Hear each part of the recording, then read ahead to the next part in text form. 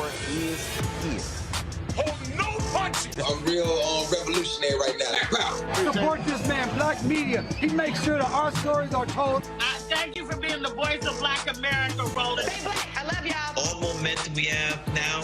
We have to keep this going. The video looks phenomenal. See, there's a difference between Black Star Network and Black-owned media and something like CNN. You can't be Black-owned media and be scared. It's time to be smart. Bring your eyeballs home. You dig?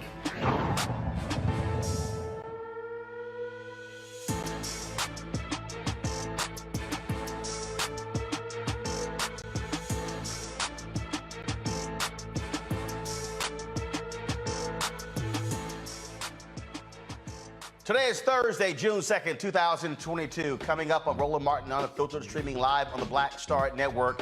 President Joe Biden speaks in prime time tonight, dealing with the issue of gun violence in this country. This after just a few hours ago, a mass shooting at a funeral in Wisconsin. Also, they continue to lay the dead in Uvalde. We also know the name of the victim and why they were targeted at the mass shooting yesterday in Tulsa, Oklahoma. We'll also be talking to one of the organizers of a rally being organized by young folks dealing with this whole issue of gun violence. In New York, the New York Assembly, they have passed the John R. Lewis Voting Rights Act. It now goes to the governor for her signature. And Florida Supreme Court refuses to intervene in the congressional redistricting fight. That means the maps Governor Ron DeSantis pushed through the legislature will stand, barring a federal intervention. Folks, that and more coming up. It's time to bring the funk on Roland Martin Unfiltered on the Black Star Network. Let's go. He's got it. Whatever the miss, he's on it. Whatever it is, he's got the scoop, the fact, the find. And when it breaks, he's right on time and it's rolling. Best believe he's knowing. Putting it down from sports to news to politics. With entertainment just for kicks, he's rolling. It's on go, roll, y'all.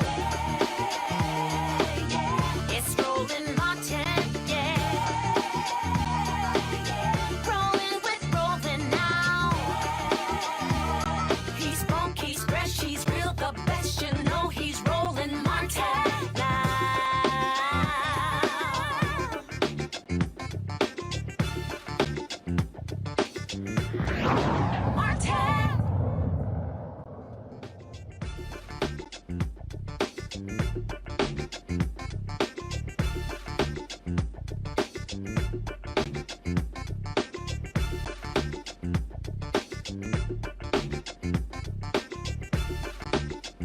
In 90 minutes, President Joe Biden is going to give a primetime address to the nation to deal with the issue of gun violence. This comes a few hours, folks, after a mass shooting at a funeral in Wisconsin. Also a mass shooting yesterday, leaving several dead in Tulsa, Oklahoma. And they continue to bury the dead in Uvalde, Texas. And of course, they continue to mourn those shot and killed in Buffalo, New York. A number of different things that have been taking place, again, across this country. And if y'all saw yesterday's show and the show the day before that, what did I say? Mr. President, step up, use the bully pulpit, lead. That's exactly what he is going to do with this primetime address. It's also time for Congress to act. Speaker of the House Nancy Pelosi, she has said they're going to move on the issue of assault weapons. That mass shooting yesterday in Tulsa, Oklahoma, the individual who killed the doctors bought the AR-15 moments before the shooting actually took place. Earlier today, while addressing student loan debt in the country, Vice President Kamala Harris took time to address yesterday's shooting in Tulsa and this fundamental problem in America when it comes to mass shootings and gun violence. We, of course, all of us hold the people of Tulsa in our hearts, but we also reaffirm our commitment to passing common sense gun safety laws.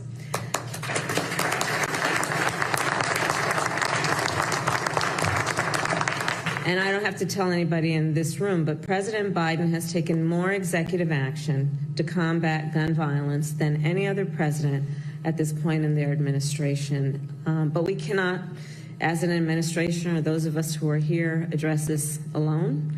No more excuses.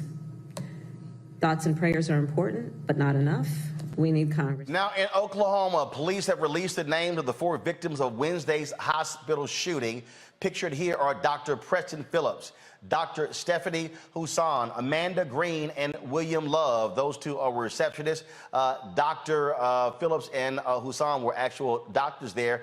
Phillips was an orthopedic surgeon. Now, several other folks were also shot and injured. Now, police say they were inside the building looking for the shooter within minutes of arriving on the scene. Our training led us to take immediate action without hesitation. That's exactly what officers do, and that's what they did in this instance. They had the right mindset framed and went into action and did a tremendous job.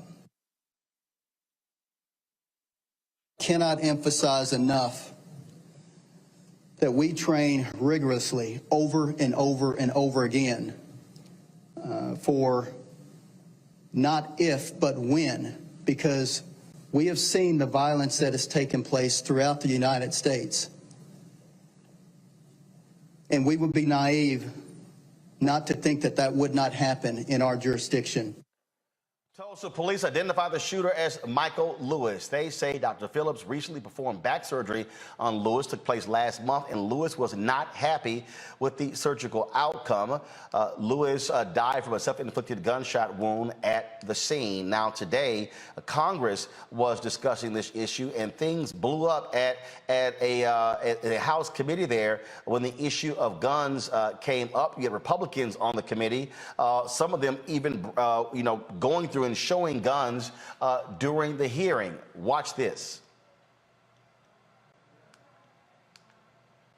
All right, we don't have that video. Actually, I'm going to have a video for you in just a second, just so you can understand really what took place in today's hearing and just how absolutely crazy it was. It was a House Judiciary hearing that would raise the age limit for purchasing a semi-automatic rifle from 18 to 21. Now, keep in mind, it was lowered even in Texas.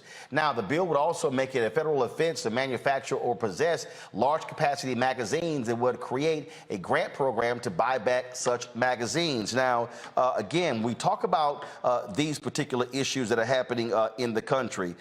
You have, as we expected, again, Republicans literally defending their position on guns and then complaining by saying, how dare Democrats say they're not trying to do anything to deal with the issue. But they're not. They're not. And this is what we're dealing with here. And just so you understand, what took place in today's hearing, which was unbelievable, you had one particular member of Congress who was showing weapons, was like literally showing the weapons during the hearing, and was complaining about the type of magazines that would be banned. Then you had Louis Gohmert of Texas, who really is one of the dumbest members of Congress, who was just so upset at what was being said in the hearing. Just listen to this nonsense, y'all. And accuse Republicans of being complicit in murder, and that we put our right to kill over others' right to live, to infer by rhetorical supposed questions, who are you here for? We must be here for the gunman, is an outrage. How dare you? All right, so Gohmert, he's upset and mad at that. But y'all, come on. I mean, we see exactly what's going on here. You don't have Republicans who are trying to actually do something about this very issue, because what they're most concerned about are the gun manufacturers. They're not actually trying to step up and do anything about this problem. This is one. So what President Biden is hoping to do is, again, use the bully pulpit of the presidency and being able to address the nation nation with this primetime speech. As we said, that is going to be taking place at 7:30, and so we're going to be carrying some of that. I'm going to show you a couple of things from the hearing. But let's go to my panel right now. Greg Carr, Department of Afro-American Studies at Howard University. Reese Colbert, she, of course, Black Women Views. You can also hear her with Clay Kane on Thursdays on Sirius XM radio. And we also have Dr. Larry Walker, Assistant Professor at University of Central Florida. Reese, here's what's interesting here. I mean, bottom line is Republicans want to sort of, run the clock out. That's what they're sitting here trying to do. And to listen to just the incessant whining during the House committee today as they were talking about this whole gun issue, to me was what was unbelievably laughable. Laughable listening to them complain, listening to them say, oh, how this is offensive to us, saying we don't care about the lives of the children, but you don't because you haven't done anything. Yeah, they actually have gone beyond not doing anything. They've actually obstructed any attempt to have common sense gun reforms that a vast majority of the country supports. But Republicans know theater. They know how to cry victim. That's pretty much their entire platform, is victimizing white people, even though the white nationalists and the Republicans are actually the aggressor of diminishing democracy, of taking away rights from others, not minding their damn business, and exacerbating the violence that we have in this country. The Republicans are doing that. And so the Democrats need not shy away from doing exactly what they're doing, and I think they should be even stronger. When they want to pull out their arsenals, then or their weapons, you pull out autopsies of people who have been killed and annihilated through gun violence, through AR-15s. If they want to do political theater, then damn it, Democrats do some political theater as well. Because right now, the message is not getting through that it is Republicans that are obstructing this. When you say we have a commitment to passing gun reform, how? You got to explain to people who the hell is behind blocking it, instead of just, making these generic statements and having these generic statements about the resolve, and we're going to fight and we're going to do all this shit that you really can't fucking do as long as the Republicans are in there blocking it. And you can't appeal to the consciousness of Republicans because they have none. So I don't know what the solution is, but what I know is that you got to fight fire with fire and quit trying to play nice. The time for playing nice is long past, and the time for being civil and, well, if we work together and if we appeal to the Republicans, then maybe they'll make a deal. They ain't gonna make a damn deal. So call their asses out, and every time that there's a new shooting, there's more blood on the Republicans' hands. If people want to understand, again, some of what took place in today's hearing, this is Congresswoman Lucy McBath. Of course, remember, her son was shot and killed at a gas station in Florida by a man who was complaining that his music was too loud. That man is now in prison. He tried to use the Stand Your Ground law as an example. Here's what she said today in today's hearing. Taking guns out of the hands of people who absolutely should not have access to them. And as we know, there were 19 officers outside of the classrooms at Robb Elementary where a gunman executed child after child after child. One for each child that was taken away from us. This false notion of good guys with guns does not work. That has been disproved over and over and over again. In Buffalo, New York, a security... Okay, she laid that out there, Larry. Again, what you're seeing is, and we're going to, in just a second, we're going to actually show some more of what's happening there, because the committee is actually still meeting. And again, what you're seeing is you're seeing Democrats move on this, and I think by having the president give this primetime speech, it's going to be important to do so. Before I go to you, let's go to the hearing live. Congresswoman Sheila Jackson Lee of Texas. To attack persons, and the court will determine that. This is not a roundup or a lassoing of people. This is not to get in the midst of disheveled and disagreed with lovers. How much more are we going to get that doesn't take guns off the street, doesn't stop 3-year-olds from being killed because guns are not stored, or students to be killed because guns are not stored, to not educate the American public about storage, to not educate the American people about trafficking, to not educate the American people about munitions, magazines, and to not educate the American people about the idea of the gun age being too low. And so these red flag laws can save lives. And it is... Larry, that point there, they're talking about the red flag laws, and you've got Republicans who don't even want to put that. They literally do not want to put measures in place to deal with gun safety and to save lives. Yeah, Roland. So, I want to kind of piggyback on what Reese talked about. Democrats historically failed to really frame this issue in a way that's really important. That kind of, it makes it easy for the American public to understand. We need to really talk about these people who are obstructionists. So the same way they demonize CRT is the same way we need to demonize folks when it comes to gun violence and their refusal to act on these bills. And so that should include President Biden using the bully pulpit, as you talked about earlier. So one of my criticisms of President Biden historically is he's very nostalgic. And he talks about his work in the Senate and even as VP working with members of the other side of the aisle. Listen, those days are over. And you have to bring the hammer down on people starting tonight. And then we see what's happening in the Judiciary Committee hearing. And we should hear the same conversation in the House and Senate. And then in terms of getting the message out at the state level in terms of Texas and New York State and some of these other jurisdictions that have been impacted by this violence. But we made it clear there's a cultural problem. And then once again, the Republicans are being obstructionists. And we have an election coming up in November. And what are, voters prepared to do to make sure we can get some common sense gun laws? The other important thing is, Roland, is that when you look at the stats, the majority of Americans support some kind of gun reform. But Republicans for years have been consistent, at least on this issue, and say that they're not going to move on this issue.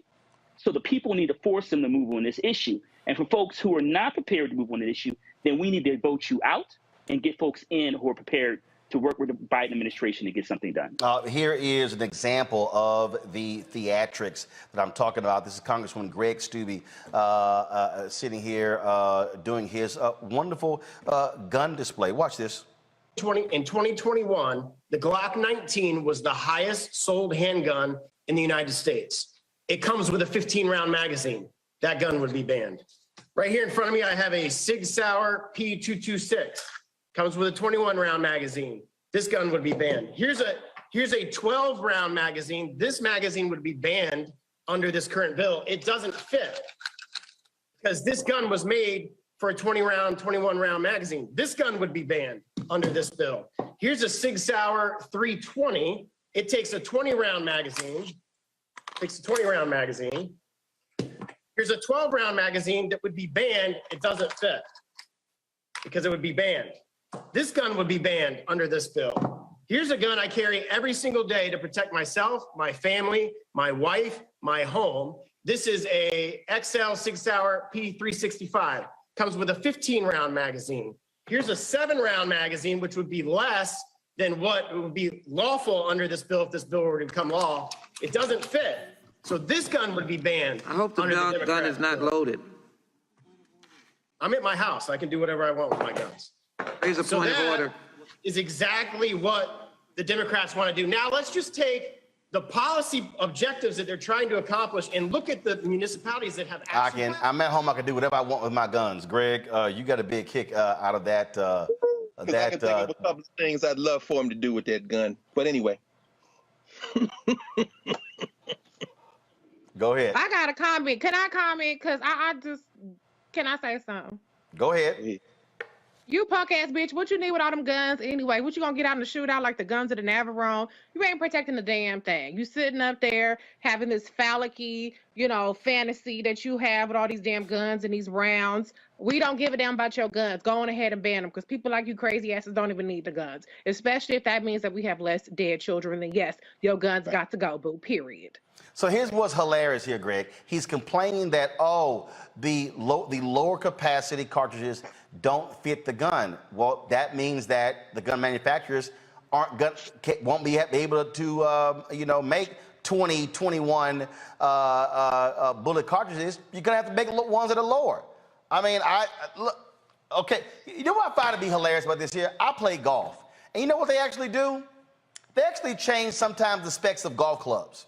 And they'll say, this is no longer conforming to play in golf. They've been talking about even changing, limiting drivers. It's like it exists. There are rules that limit what you can do in golf. Today, I want everybody, I want to show y'all what's laughable, okay? I just want y'all to just watch this here, so you can understand when I'm talking about, when I say how crazy these Republicans sound when it comes to this issue of, oh my God, we're changing the rules. So Hideki Matsui is a golfer, and what happened was he teed off today, and he got disqualified.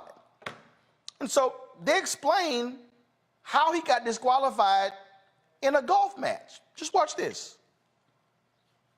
Learned prior to, right after Hideki had teed off, that he may be carrying a club that would be non-conforming. You can see the pictures you just showed on TV. There is a substance that has been applied to the face by Hideki's, one of the gentlemen that works on Hideki's clubs. And under, to clear it up, that's that white substance that you see on the face. The white paint you see on the face there, Todd. So, Okay, he got disqualified because it's a non-conforming club.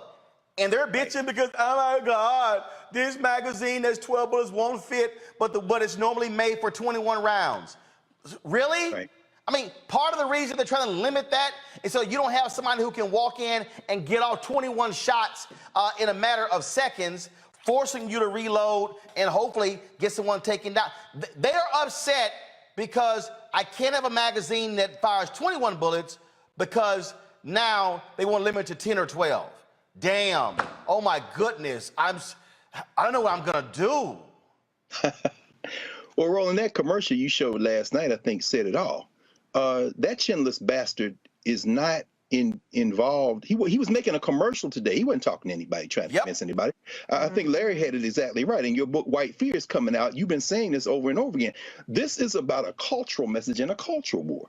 Now, like Reese said, the Democrats need to step up. And if Joe Biden tonight flexes his executive power muscle, there is some ambiguity in the law that will allow him to cut it off at the source. You got to define who can actually sell these weapons if he's going to be about it. But here's the problem we have, and the golf metaphor is perfect. You started with the problem. I play golf. Okay, that means everybody's agreed this is the game we're going to play. But see, the white nationalists are playing a different game. When they fought to, when we saw James Craig get disqualified in Detroit to run for governor, the Republicans in Michigan, the white nationalists, tried to get him off the ballot before, because even though he showed up at the damn NRA with guns on his hips saying, I'm going to shoot these guns whenever I want, they said, you don't go far enough. This isn't about protecting your home. This isn't about self-defense. This is about resisting tyranny. That's why they show up with the Don't Tread on Me flags and the Confederate flags at these white nationalist rallies. They want the gun so they can shoot you. Now, they don't give a damn about those babies in that school. Those were Latino babies. Do you understand? They would shoot them. If you know the history of Texas, you understand they've been hunting Latinos since they ran out there and tried to make a damn country in 1836. Ask Chief Franklin, the Tulsa police chief, what he would think about gun control. Ask even Chief Craig when he was the Detroit police chief enforcing the orders, and before that in Cincinnati, and before when he was saying we need to have gun control. Gun control only exists, to Larry's point, you can have reasonable gun control laws when you have a country. There is no country, and the reasonableness for these white nationalists is power. We have to understand that. Ask Ruben Ruiz whether he is for gun control. That is the guy, the Latino brother, who was the wife of the sister Eva Morales, who lost her life in Robb Elementary. He is a damn cop, and he's a damn cop on the school district police force, and they wouldn't even let him go in there. But they don't give a damn about us. We have to understand the Second Amendment is about resisting tyranny. It's not about the plain language of the amendment. It's not about safety. It's about, I want my gun, so if I ever get to the point you've been raising, Roland, where I'm scared they're going to take my country, I can go out here and start blowing some damn heads off. That white boy was making a commercial. That one you showed last night tells us everything we need to know about what this battle is about, Roland. And for those who missed it, here it is, what we showed last night. Ready? Aim. I'm Kathleen Wall, and I approve this message. It's time to fight back. I'm Greg Gianforte. I approve this message. Joni's gonna unload. I'm Joni Ernst, and I approve this message. I'm Matt Rosendale, and I approve this message. Pro-gun. I'm Jake Beckett, and I approve this message. I'm going to blow away the Democrats. I believe in individual liberty and personal responsibility. I'm Marjorie Green. I'm Mike Collins, and I approve this message. I'm Hutton Rideout. Care to join me? I'm Kay Daly. I'm Brian Kemp. I own guns. That all depends on the caliber of our candidates. I'm Pamela Gorman, and I approve this message. The Second Amendment is about hunting. I'm Dean Heller. I'm Catherine Templeton. I'm Jim Lehman. And I approve this message. I'm Eric Greitens. I'm Garris O'Donnell. We're in Iraq. Turn this country back to its former glory. How to use a rifle.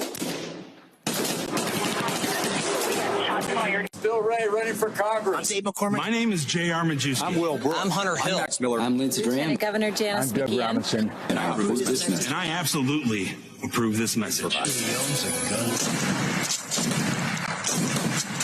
I'm Dr. Oz. I'm Kat Kamak. I'm Ron Gould. And I approve this message. For God's sake, we have to have the courage to stand up to the industry. That ain't going to happen. That's why the NRA endorsed me.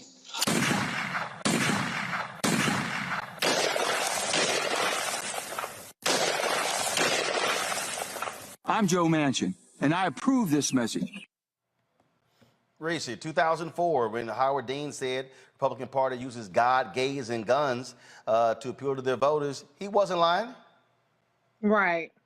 And Obama said it too, and they ripped his head off. You know, that was some sick shit. And I think, you know, Dr. Carr has been saying it for years, and I'm starting to be on Dr. Carr's side about, you know, we may not really have a country, and it might not be salvageable at this point, because there's a real sickness.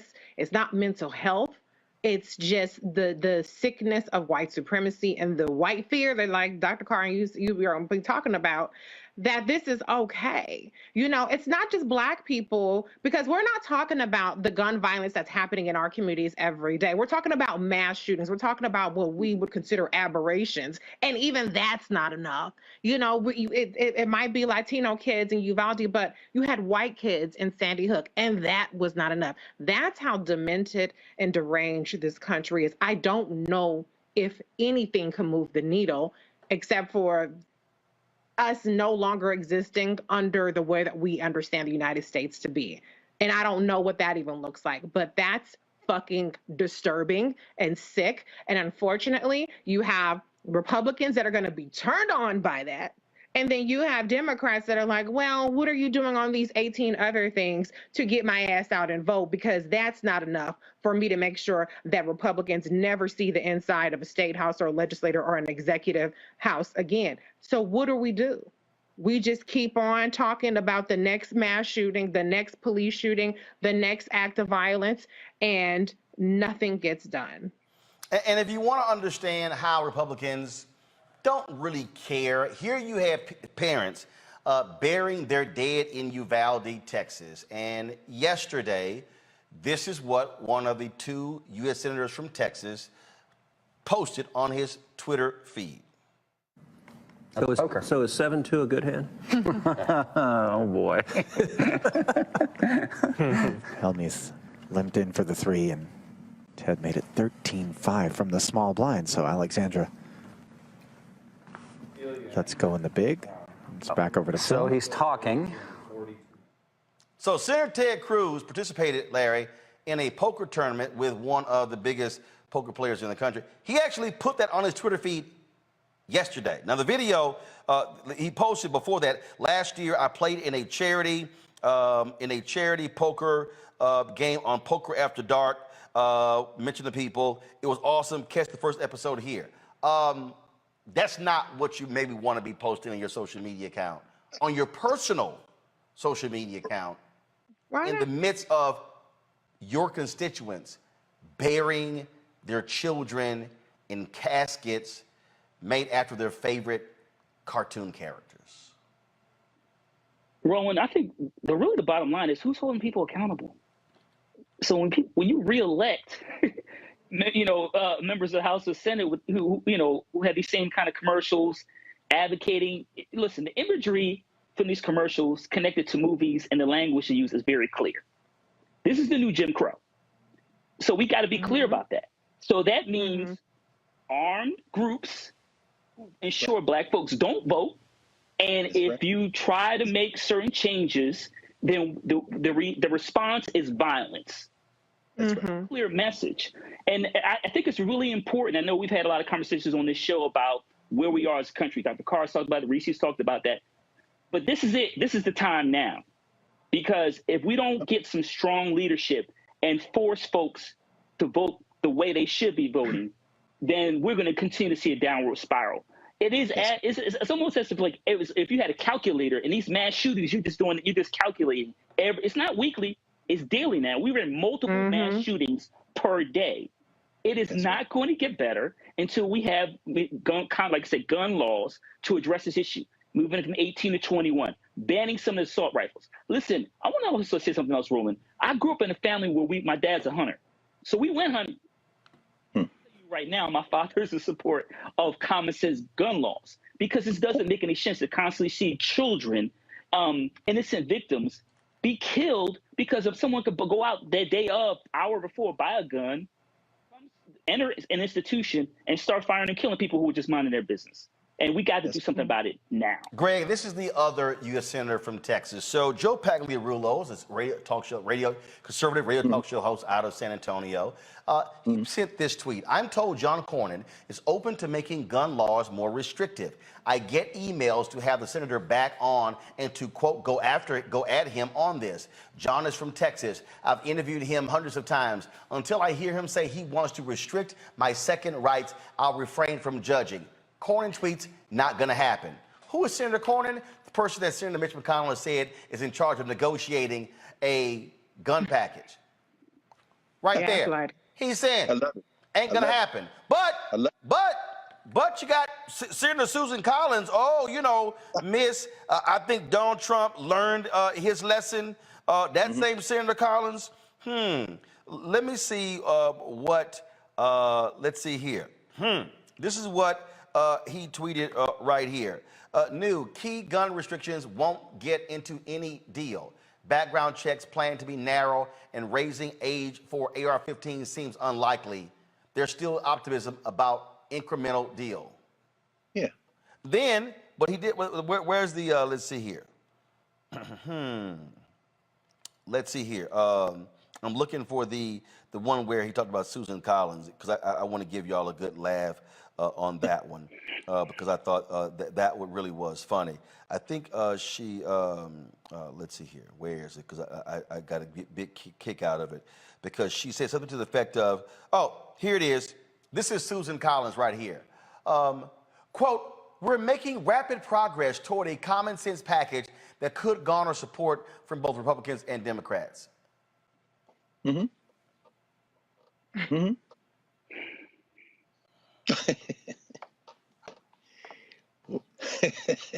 Well, that's her job. She's doing her job.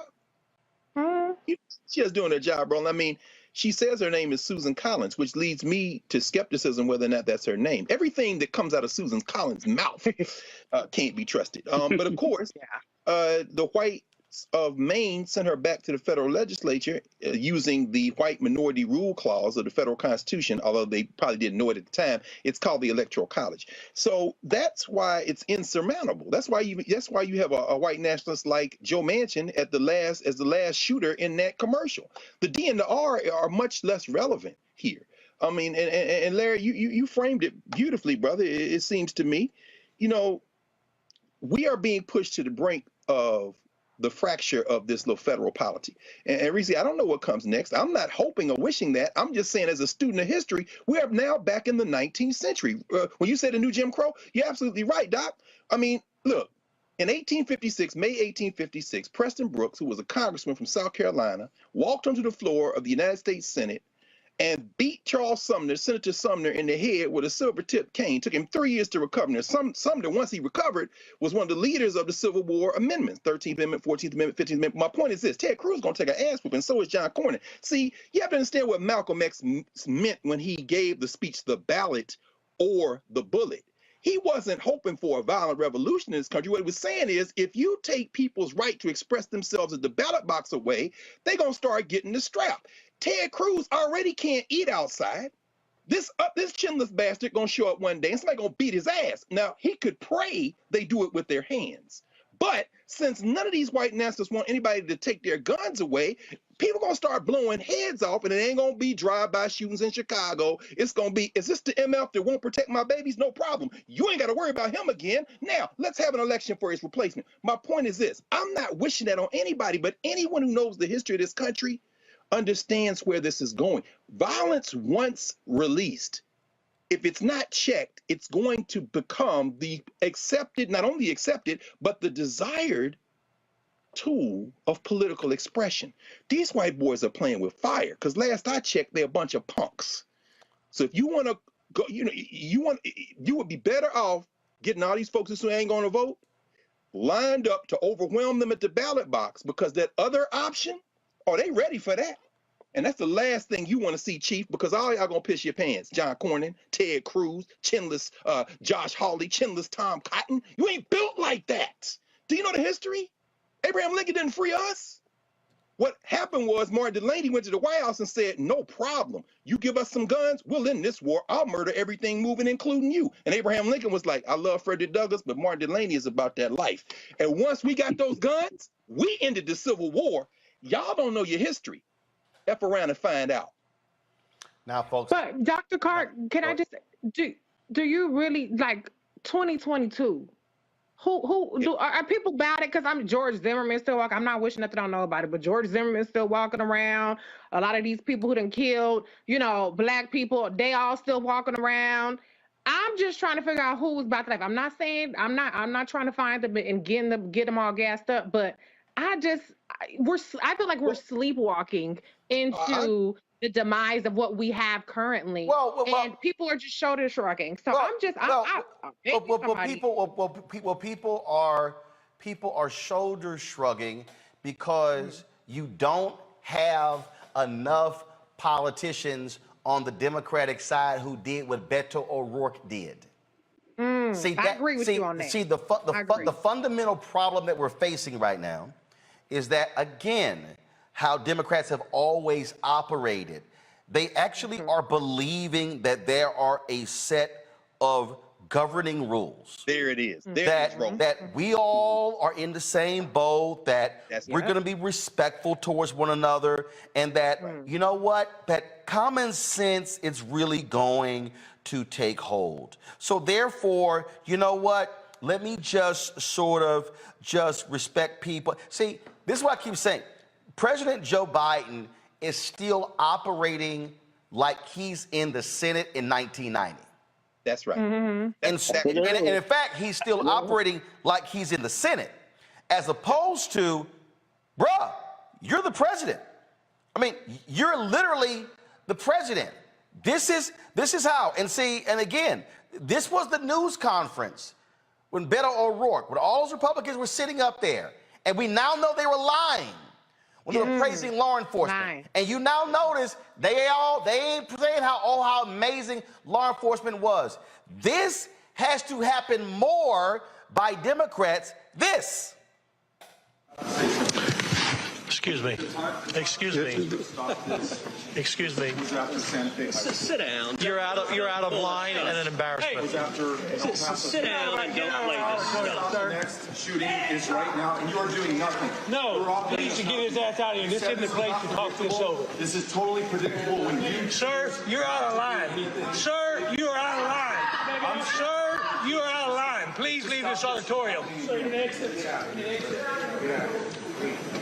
I can't believe you're a sick son of a bitch that would come to a deal like this to make a political issue.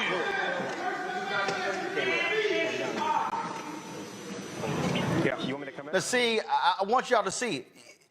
Y'all didn't see the white woman in the black hat? Yep. Who walked up and pointed out? See, people don't want to talk about that happening. She doesn't walk up unless Beto walks up. That's right. And see, this is the heat that he brought outside. Yes. He should not have been able to buy an AR-15 right there. Did you want a solution? Stop selling AR-15s in the state of Texas. You want a solution?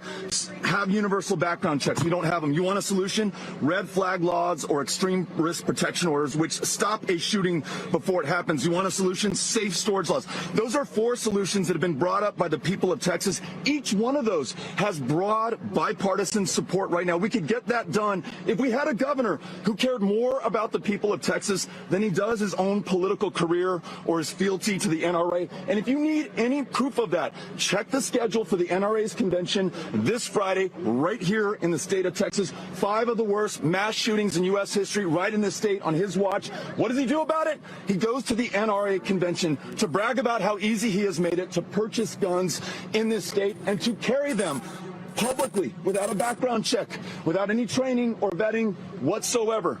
It is absolutely wrong. In fact, it is insane.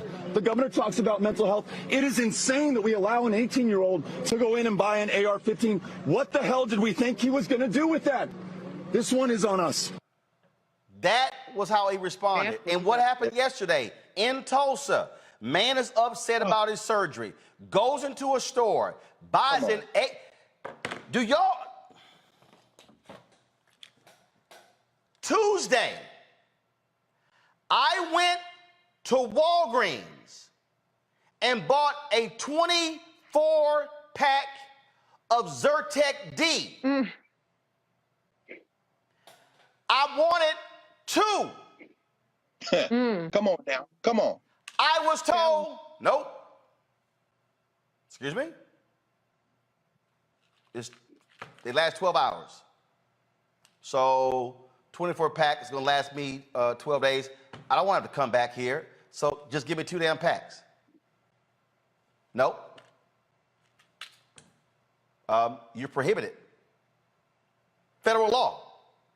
Come on. Yeah, I was at Walgreens. Come on. Now, I'm like, all right, must be CVS. Y'all, no lie. I drove to CVS. I was at Walgreens. I drove to CVS. Less than 10 minutes later. Less than 10 minutes later, walked into the CVS, walked to the counter, said, I would like a 12-pack of, a 24-pack of Zyrtec D. Woman said, give me your license.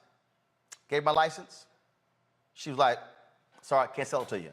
I was already in the system. How about that? Wow. Less than 10 minutes.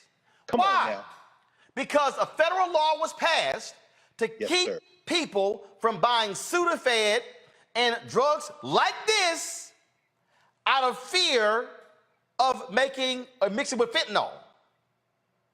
A law was passed. So let me say this again. I could not purchase 2 24-packs of Zyrtec D for allergies. But I can walk into a gun store and buy immediately an AR-15 and buy a shitload of bullets. That's right.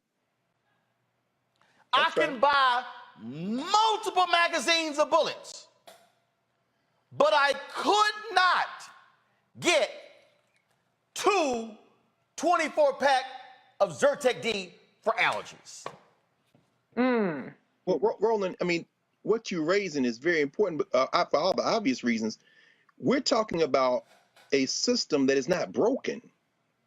The people who put this system together couldn't have anticipated what is happening now, but they put in place a fail-safe to make sure that in order to move forward, there has to be a national consensus. It's called the federal legislature.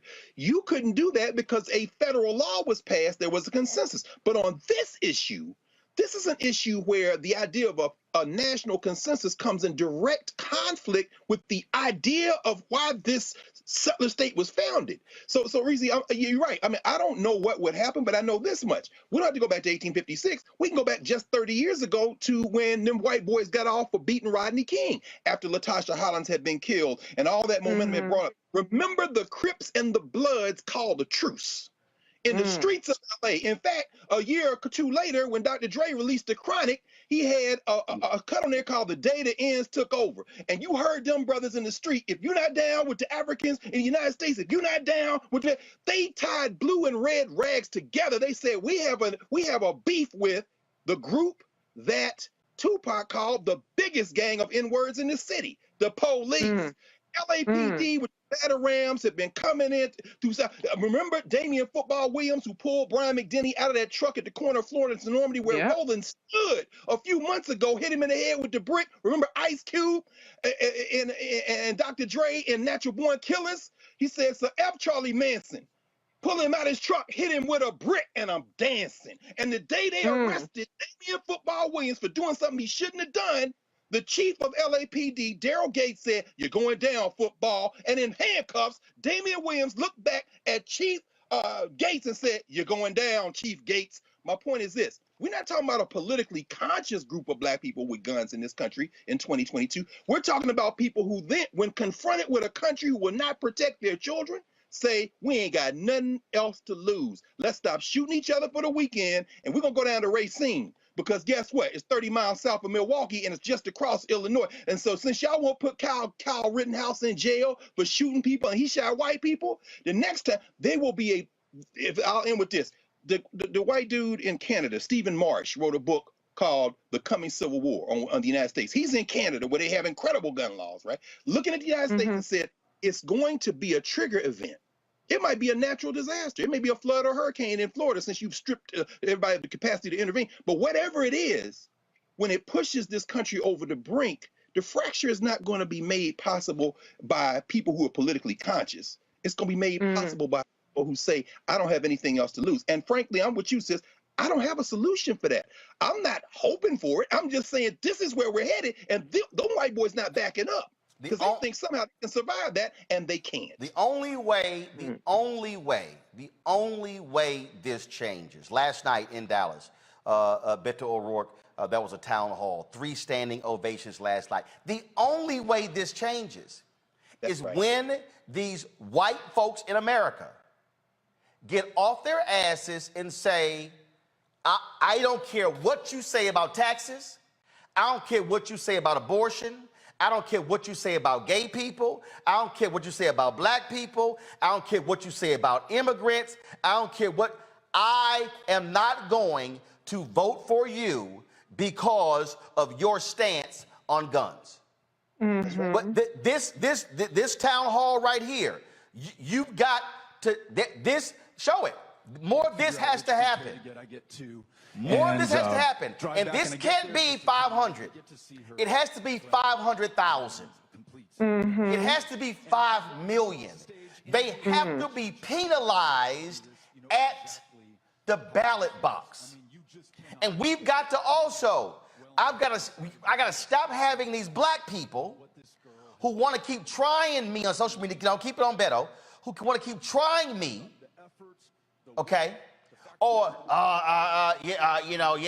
y'all, they just giving y'all Juneteenth to make you happy. No, fool, I'm from Texas.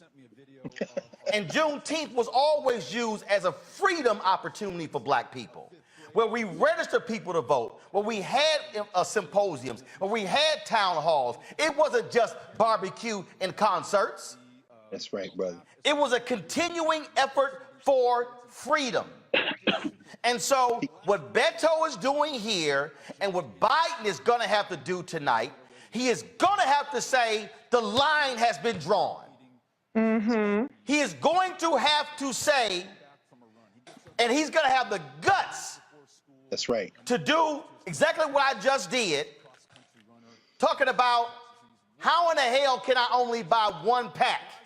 And matter of fact, let me tell y'all, I don't even know what the law says. Can I only buy 1 pack once a week? or once a day. What he should do is sit here and say, and what the White House should do tonight is do this here. Play the Uvalde stinger.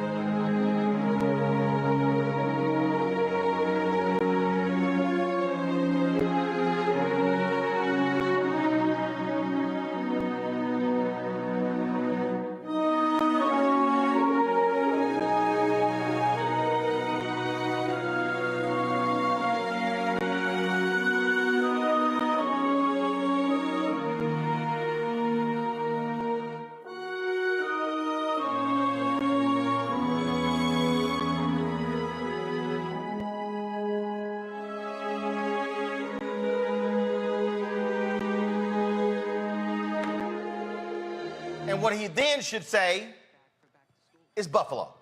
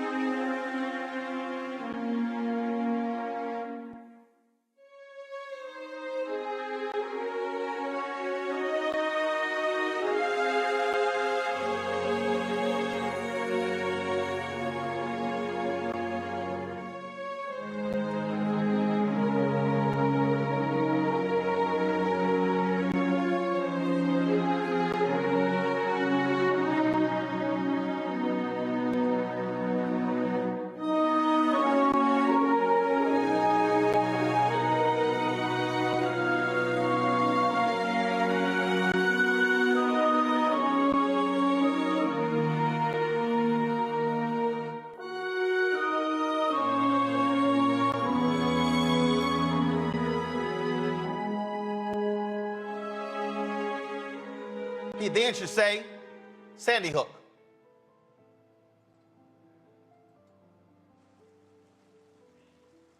Everyone knows what happened here last December.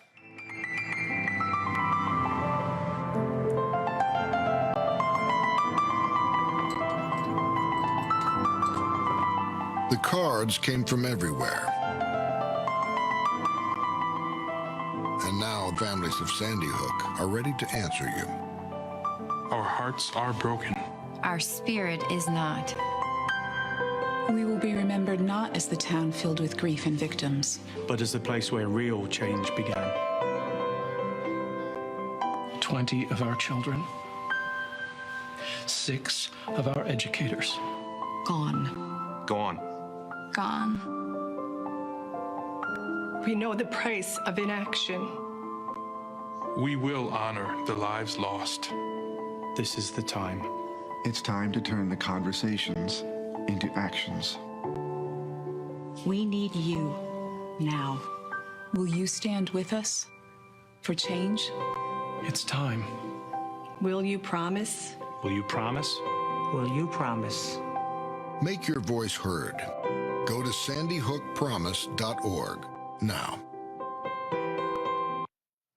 And then you roll Emanuel 9, and then you roll Columbine, and then you roll Santa Fe, and you force the country to see it.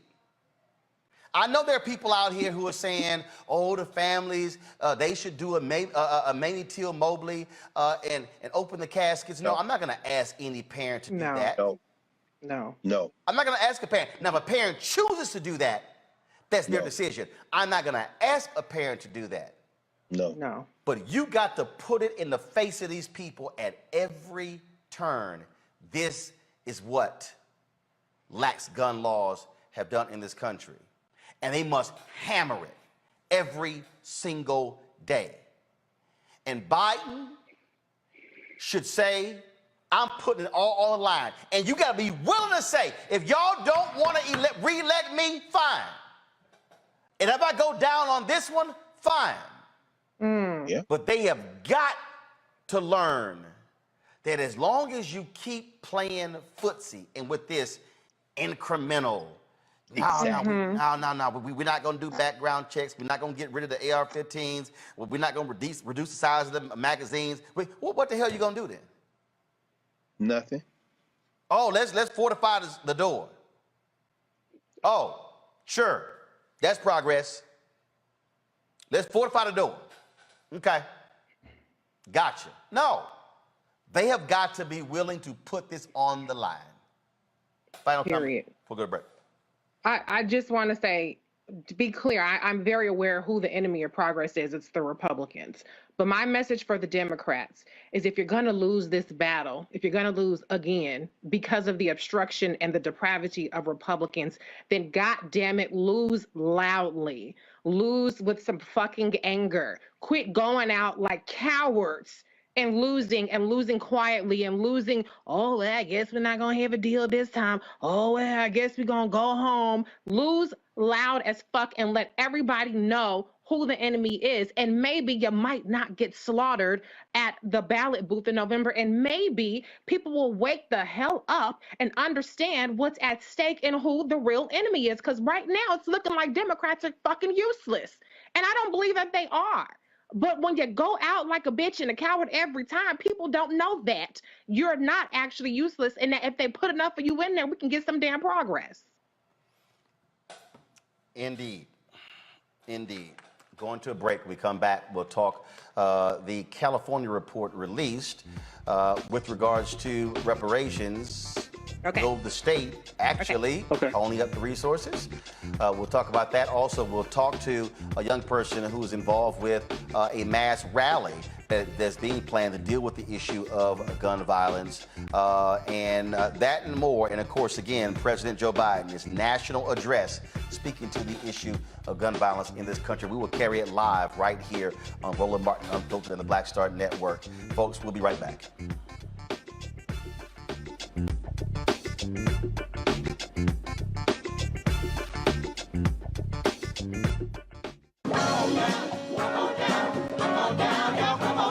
Welcome you to the launch of the Mass Poor People's Low Wage Assembly and Moral March on Washington, D.C., June 18, 2022. We are a new, unsettling force, and we are powerful, a new, unsettling force, and we're here. We're rising up to demonstrate the compelling power that we, poor and low-income people, have to reconstruct society from the bottom up. And we need to do it with the loudest voices possible, the biggest actions possible. Because we know that there is no scarcity in this land. The only scarcity is the moral will to do what's right. Hold on, just a little while longer. We are those with sub-minimum wage jobs who can't afford sky-high rent. People with disabilities are the fastest growing minority group. It's crazy to me that in 2021, it's still legal for workplaces to pay a sub-minimum wage to people with disabilities. There are still so much trial and tribulations that we go through as Indigenous people. We can't get a decent wage to sustain ourselves, nor can we get adequate housing. Veterans across this nation say enough is enough. We can't pat essential workers on the back on one day and then cut their health care the next day. Health is a political choice. What more do I need to do to prove that my voice is just as valuable as anyone else's? There are still forces in denial that would try to slow walk our transition to a clean economy and a just future for us all. We have an immoral system run by immoral people.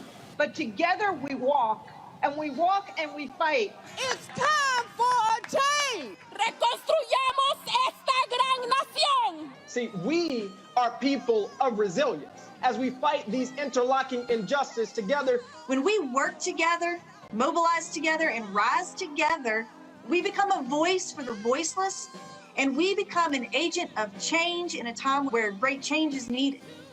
We need the third Reconstruction to ensure that deaf people, people with disabilities, and all people can have the right to live and to thrive.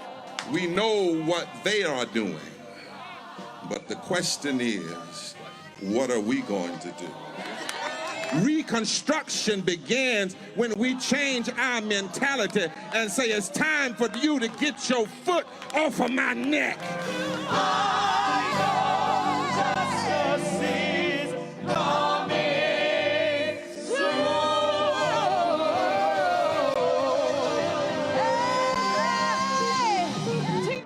You know, he brought his own sound, so when you have an artist that creates his own sound, like Earth, Wind & Fire, Stevie, you know, they come in, the Beatles, they create their own sound. He kept reinventing himself. He wasn't afraid to change instrumentations or not use drums or not use bass or use the Lynn machine or use real drums or use, you know, pots and pans. It didn't matter. It's just like he wasn't afraid to, the sound was different every time he did an album, completely different, you know? And the things that he wrote about, it was things that he felt he needed to speak about. So a lot of honesty, you know, whether he would admit to it or not, there was a lot of honesty and a lot of things that were real to him. When he gave, you know, I think for me, he is my favorite, my #1 favorite guitar player in the world. He was. He played with, I mean, and especially I loved times me playing drums with him, he and I playing together. When I played drums, it was a whole nother thing. And I just think that he reached people in a way as an artist that he reached you because he was, again, honest in a way that he said it a million times, but he wasn't trying to write the next Purple Rain. That was already what it was. Right. I can write that. That was that one time thing, right, but it's never going to happen again. So why would I write that again? Then it's not special anymore.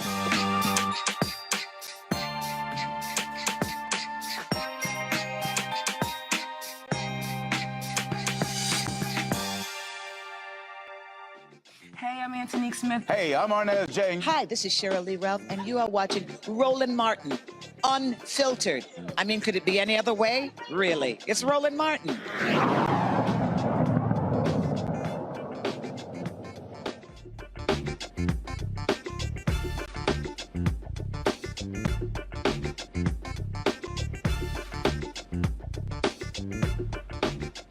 All right, folks, in California, we have talked about the task force that was created there that dealt with the issue of reparations. Now that task force has released a 500-page report that details the systemic racism that African Americans have endured in California, even though when California was admitted to the Union, it was a free state. This interim report lays out all the different things that have actually taken place. The question now is, with this report, what comes next? Joining us right now is Reverend Amos Brown out of San Francisco, who is a member of the task force. Also, State Senator Stephen Bradford, who also joins us, who's a member of the task force as well. Glad to have both of you here. I will start with you, Pastor Brown, because you're an alpha. You know, at the beginning. Well, now, Bradford, you knew where I was going to go. Now, come on now. You knew. Let me go ahead and start with Pastor Brown, and that is, how important is this report, and what is the next step? It's important because we did diligence to document the harm that was done to black folk. And we have, as Joe Friday said in Dragnet, the facts, ma'am, the facts. Now it remains for the nation and the world to see what the so-called progressive liberal state will do to pay its debt to black folk. I'm very proud of our task force, very logical, sensible, common sense, and factual way that we approach the task.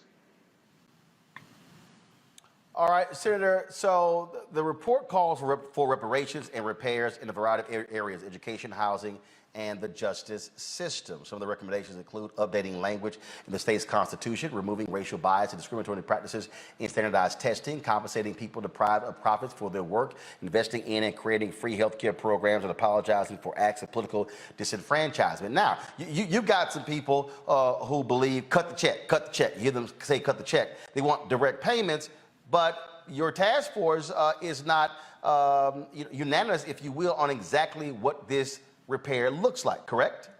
That's correct. And that's what the next year is about, putting meat on the bones to shape up what reparations look like. It could be in the form of cash payment. It could be in the way in which you just described, ongoing education at our CSU and our UC system, ongoing health care, first-time home buyer assistance, low-interest business loans, you name it. So that's what the next year is going to be. The first year was explaining the harm, and a lot of times people say, well, California wasn't a slave state, but you can clearly see by this report, we were complicit and really involved in the perpetuation of slavery and all those evils that came along with it. So we can't stand here and say we, don't have any responsibility to reparations.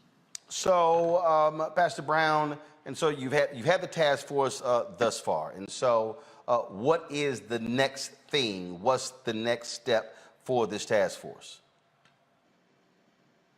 The next is to establish a plan for paying us back and making sure that we get this political body politic moving to support our recommendations. That's all that's necessary. It's time for us to act. We've done the study. We've had enough studies about the evils of the slave trade, about the evils of enslavement and segregation. Now is the time for us to push with all of our might to get the same kind of a response that the Jews got in terms of reparations, the Japanese, and even Western Europe got when, after that terrible war, we had a Marshall Plan that represented payback, rebuilding. Now, Senator Bradford, look, you're a lawmaker, and you know what it's like having to get things through the legislature and for the governor to sign. How daunting of a task is this going to be? It's going to be Herculean. It's going to be, as we describe, a heavy lift. It's not going to be easy, no doubt about it. Even from my progressive friends who always want to say, hey, we got to need change, we need to right the wrongs.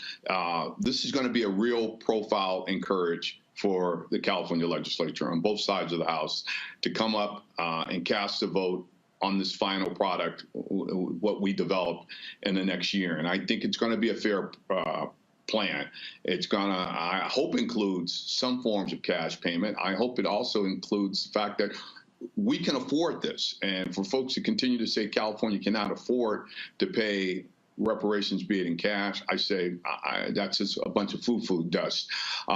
Even if we took 0.5% of our annual state budget and set that aside as it relates to cash payments or funding other programs, the money will be there, and we would miss 0.5% of, as you clearly see, almost a $300 billion budget. So, Pastor, what is going to be, I mean, look, what's going to be the lobbying effort? I mean, you've got to literally, get the votes. And anybody who understands politics, it comes down to counting the votes. So obviously it's got to go through committee. It's got to get out of committee. Then it's got to go through one chamber. Got to go through the second chamber before it even gets to the governor. And so what is that lobbying effort going to look like? Who's sort of putting that plan of action together? That's the next step. We have that on our radar.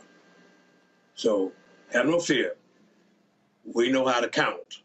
As Willie Brown would always say, if you're going to be successful in this political process, you must know how to count and know how to get the vote. So we're very much aware of that practical reality when it comes to getting a legislative body to deliver on ideas and programs.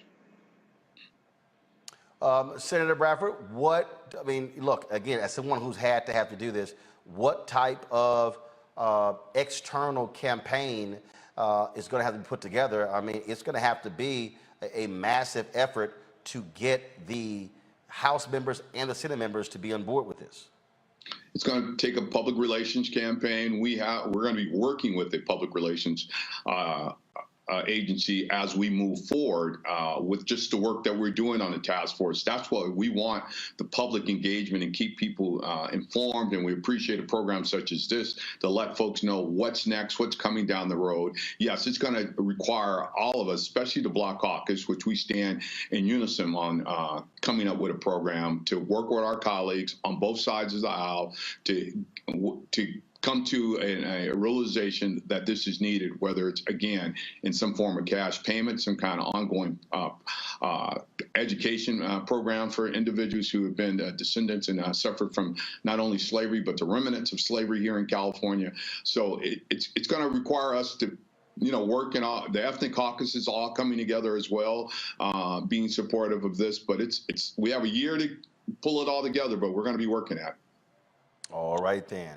And in San Francisco, we have support from the Jewish community and members even in the Asian community. All right, you're in terms of ethnic caucus.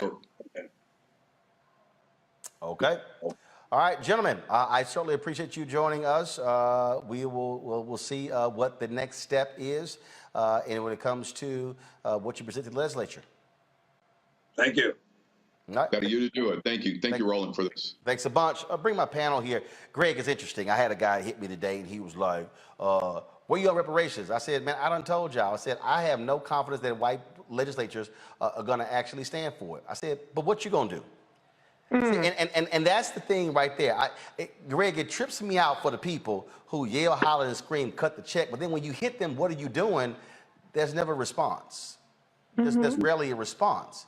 And the guy was like, the guy said, well, you said a few years ago that you believe reparations is a pipe dream. I said, I do not have faith that white politicians are going to fork over billions of dollars. I said, excuse me if I don't have faith that they going to do that.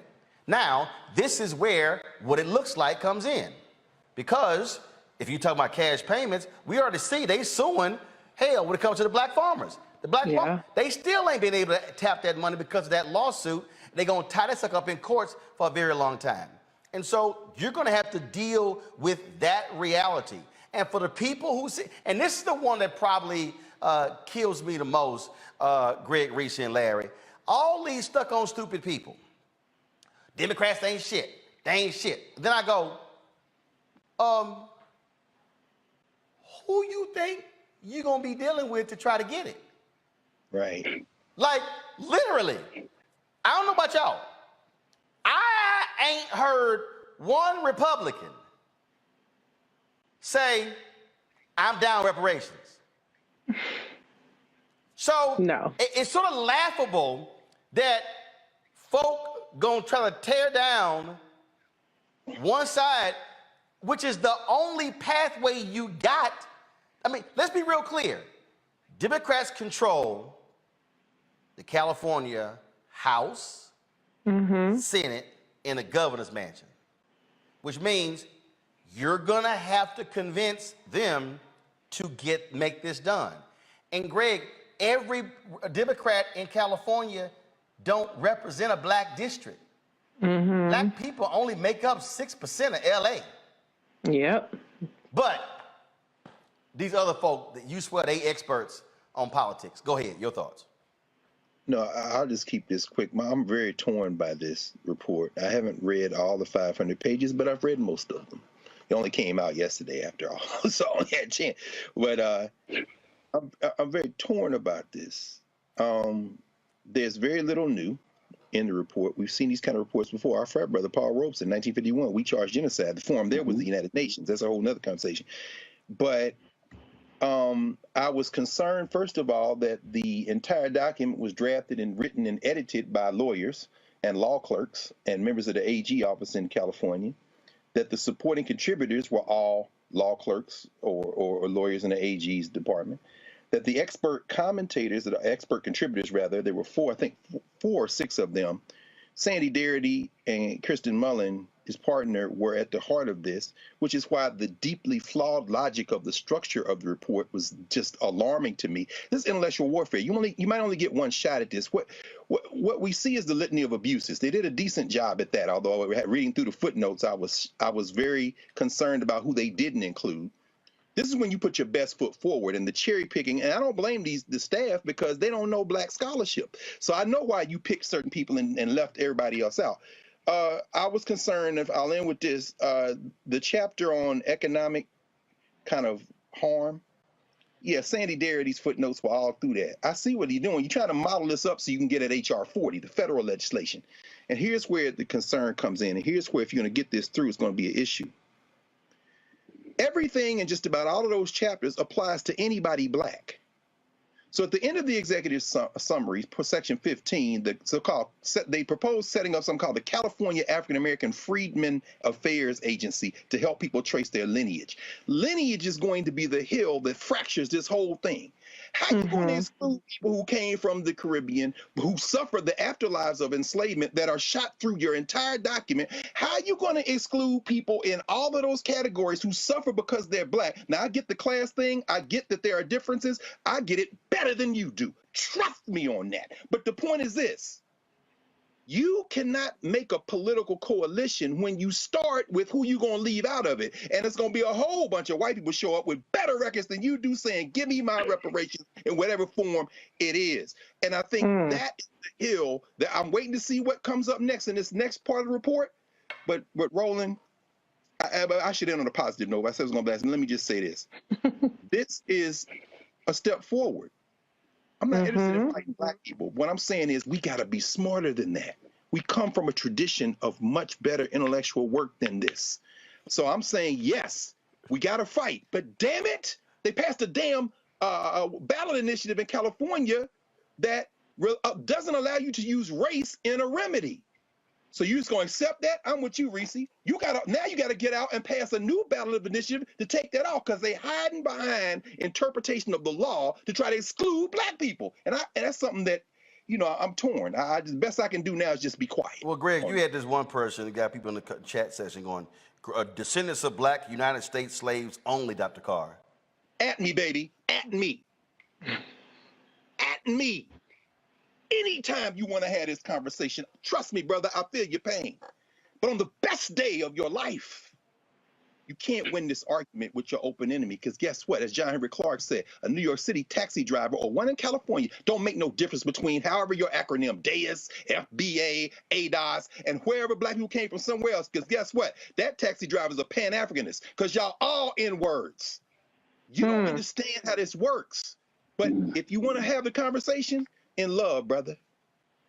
Anytime, any place.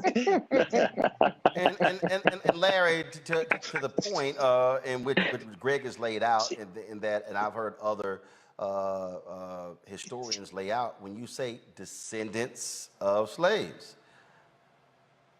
you're going to have some white folks in line. No question. Listen. We have these conversations about, people, black folks, look at their lineage, and they found out they got some cousins from across the tracks, or some cousins in a different state. Brother Carr is right. There are folks, and we got to talk about the role in terms of, black folks here, they brought here through the transatlantic slave trade, and then Africans being enslaved, in terms of records, right? So we don't know where we come in terms. Most of us don't know where we came from when it comes to the continent.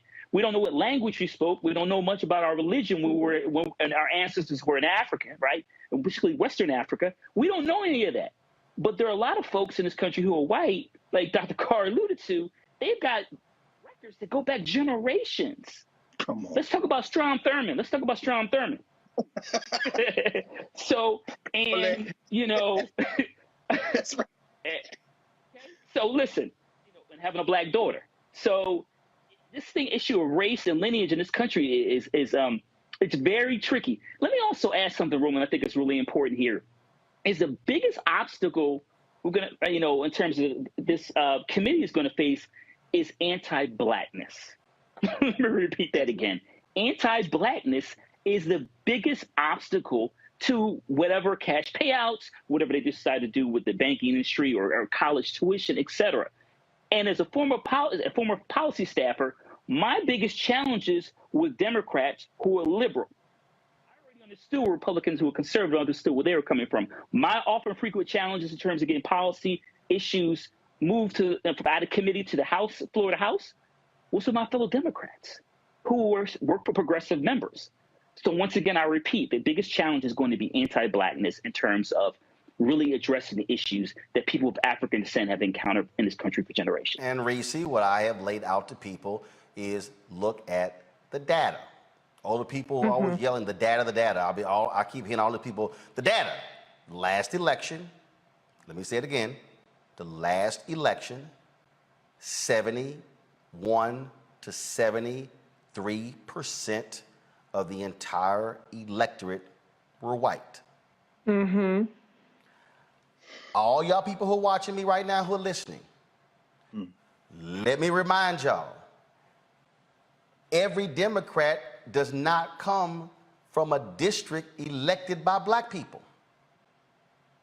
Matter of fact, some of y'all ain't even studied the CBC districts. A number of them, they don't have 50, 60% black in their districts. So when you talk about how do you get someone to support something, they're gonna have to go to their constituents and say, this is why I voted for it.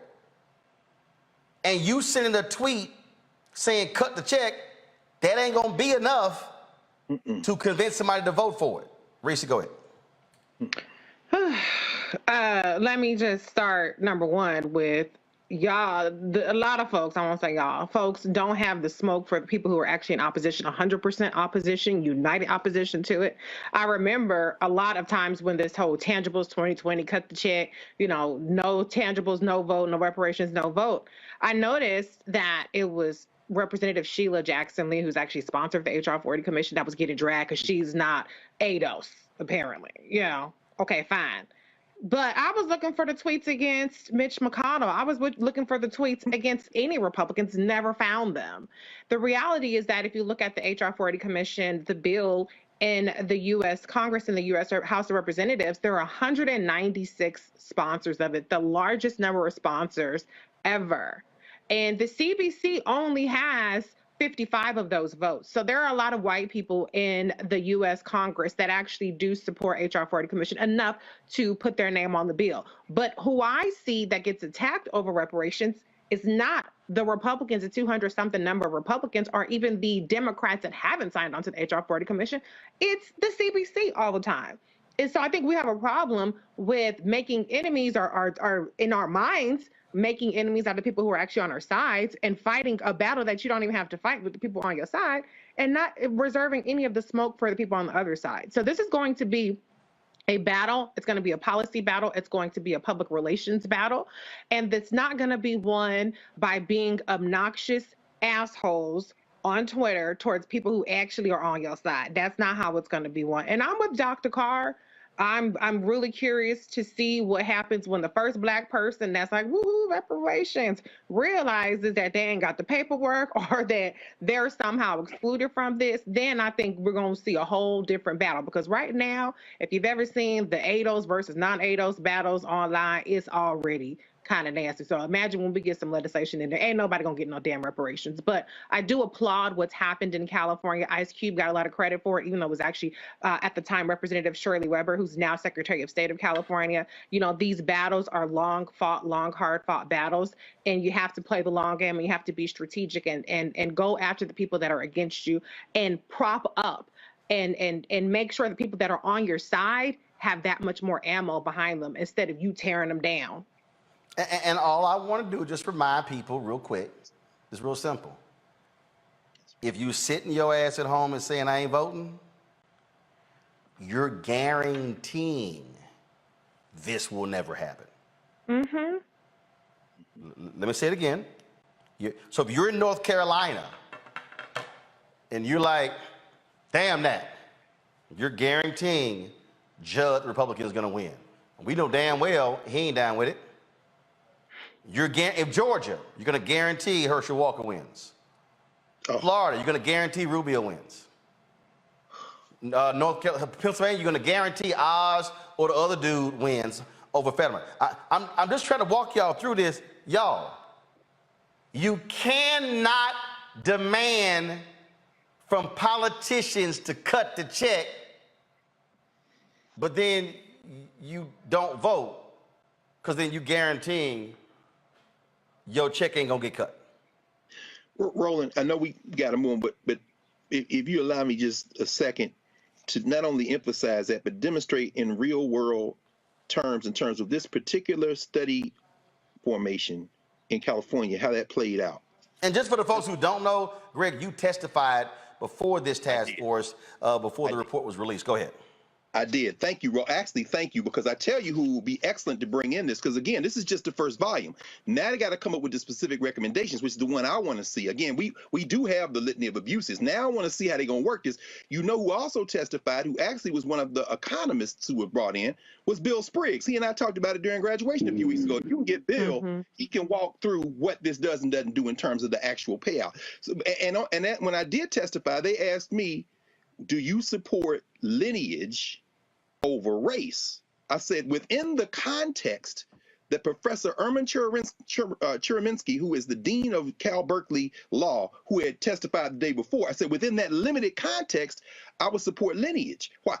Of course, I'm a member of the National Coalition of Blacks of Reparations in America and COBRA, and have been for decades. I know all the reparations folk. And all reparations, Ray Jenkins, going back to James Kynes before he got out of Congress, and Sheila Jackson Lee took the baton. So, of course, I'm a reparations. But the point is this. What you're raising, Roland, is really the issue. And Reese, you set it up. Political struggle is not a one-shot, one election cycle, one appeal, one court case war. Now, I don't know, Roland, I missed it. If you played it, I missed it because I was watching the shows and I catch up.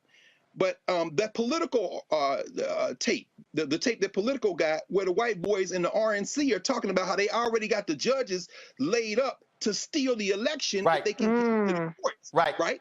My point is this. There's a reason that, and as you say, Reese, the Democrats trying to play fair. So in New York, the court threw out their maps, and now they got a race against each other in them congressional districts. In Florida, as you talk about, Roland, and you covered this, of course, the court in Florida said, "Now we're gonna let these racially gerrymandered seats stand in Florida." You saw the same thing in Alabama, in Ohio, and North Carolina. They're fighting. Why are they fighting? For this reason. California had a ballot initiative that makes it illegal for you to use race as a criteria for any type of public service in California. Okay, now what does that mean? That means when you set up a reparations commission, you can't say race. That's why they chose lineage. That's what Dean Chemerinsky was trying to explain to him, and that's what I was trying to explain to him. But here's where it comes down to the politics. Just like they set up a referendum to get rid of race, if you organize enough people, you can put it back on the ballot and get rid of it. But that's going to require something, what's it called? Oh, yeah,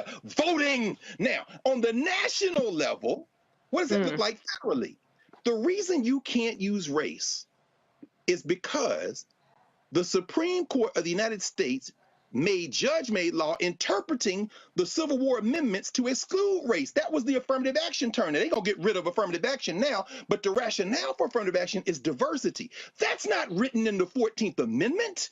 That is how that's how the courts interpret. Just like you being able to have a gun ain't in the Second Amendment. All this is judge-made law. But guess what? Greg, judges aren't elected. Judges are appointed by legislators who are elected and nominated by a president who's elected. If you think one second. I got to actually pause you right there. Here's President Joe Biden about to speak from the White House with his primetime address.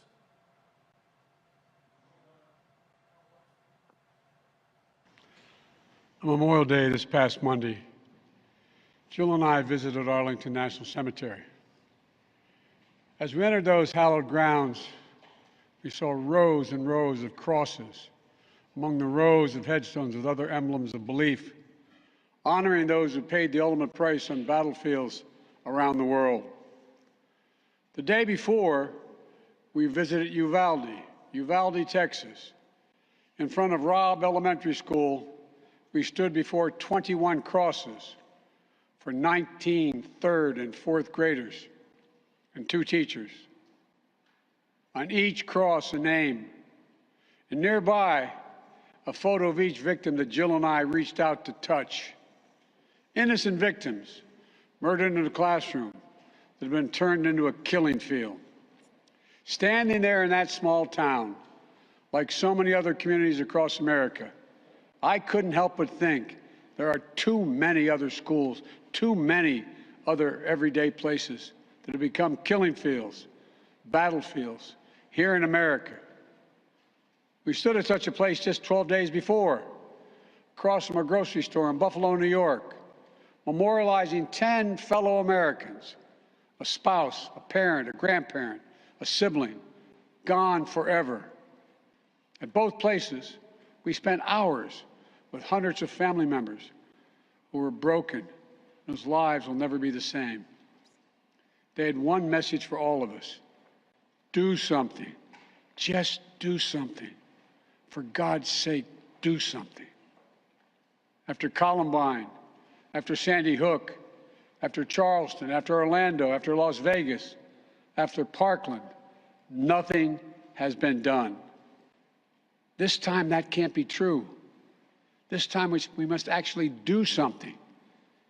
The issue we face is one of conscience and common sense. For so many of you at home, I want to be very clear. This is not about taking away anyone's guns. It's not about vilifying gun owners. In fact, we believe we should be treating responsible gun owners as an example of how every gun owner should behave. I respect the culture and the tradition and the concerns of lawful gun owners. At the same time, the Second Amendment, like all other rights, is not absolute. It was Justice Scalia who wrote, and I quote, "Like most rights, the rights granted by the Second Amendment are not unlimited." Not unlimited. It never has been. There have always been limitations on what weapons you can own in America.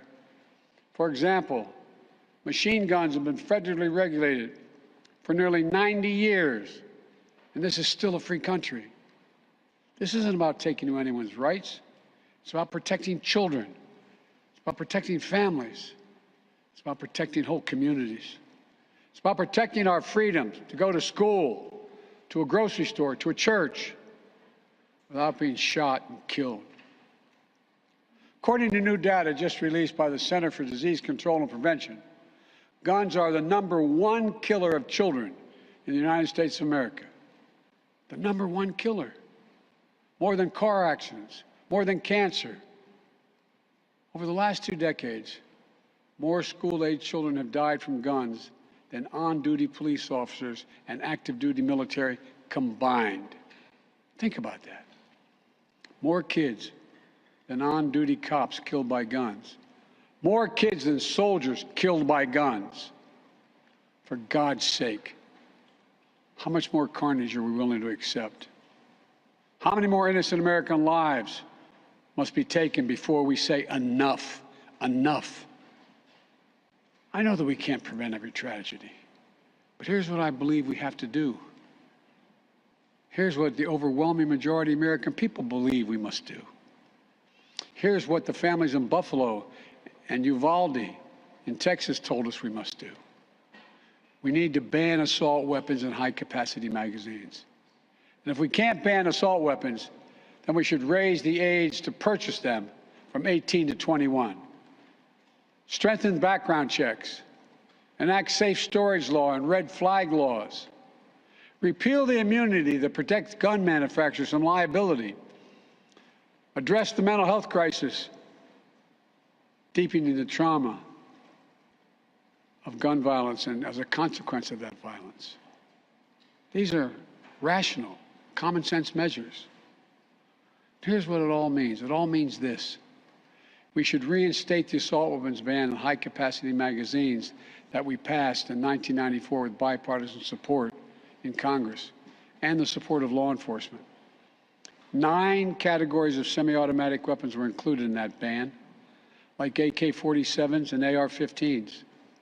And in the 10 years it was law, mass shootings went down. But after Republicans let the law expire in 2004, and those weapons were allowed to be sold again, mass shootings tripled. Those are the facts. A few years ago, the family of the inventor of the AR-15 said he would have been horrified to know that its design was being used to slaughter children and other innocent lives instead of being used as a military weapon on the battlefields, as it was designed. That's what it was designed for. Enough. Enough. We should limit how many rounds a weapon can hold. Why in God's name should an ordinary citizen be able to purchase an assault weapon that holds 30-round magazines that let mass shooters fire hundreds of bullets in a matter of minutes? The damage was so devastating in Uvalde, parents had to do DNA swabs to identify the remains of their children. 9 and 10-year-old children. Enough. We should expand background checks to keep guns out of the hands of felons, fugitives, and those under restraining orders. Stronger background checks are something that the vast majority of Americans, including the majority of gun owners, agree on. I also believe we should have safe storage laws and personal liability for not locking up your gun. The shooter in Sandy Hook came from a home full of guns. They were too easy to access. That's how he got the weapons. The weapon he used to kill his mother and then murdered 26 people, including 20 first graders. If you own a weapon, you have a responsibility to secure it. Every responsible gun owner agrees to make sure no one else can have access to it, to lock it up, to have trigger locks. And if you don't, and something bad happens, you should be held responsible. We should also have national red flag laws so that a parent, a teacher, a counselor can flag for a court that a child, a student, a patient is exhibiting violent tendencies, threatening classmates, or experiencing suicidal thoughts. It makes them a danger to themselves or to others. 19 states in the District of Columbia have red flag laws. The Delaware law is named after my son, Attorney General Beau Biden. Fort Hood, Texas, 2009, 13 dead and more than 30 injured. Marjorie Stoneman Douglas High School in Parkland, Florida, 2018, 17 dead, 17 injured. In both places, countless others suffering with invisible wounds. Red flag laws could have stopped both these shooters. In Uvalde, the shooter was 17 when he asked his sister to buy him an assault weapon, knowing he'd be denied because he was too young to purchase one himself. She refused. But as soon as he turned 18, he purchased 2 assault weapons for himself. Because in Texas, you can be 18 years old and buy an assault weapon, even though you can't buy a pistol in Texas until you're 21.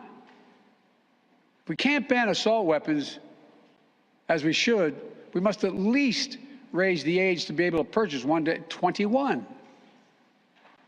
Look, I know some folks will say 18-year-olds can serve in the military and fire those weapons.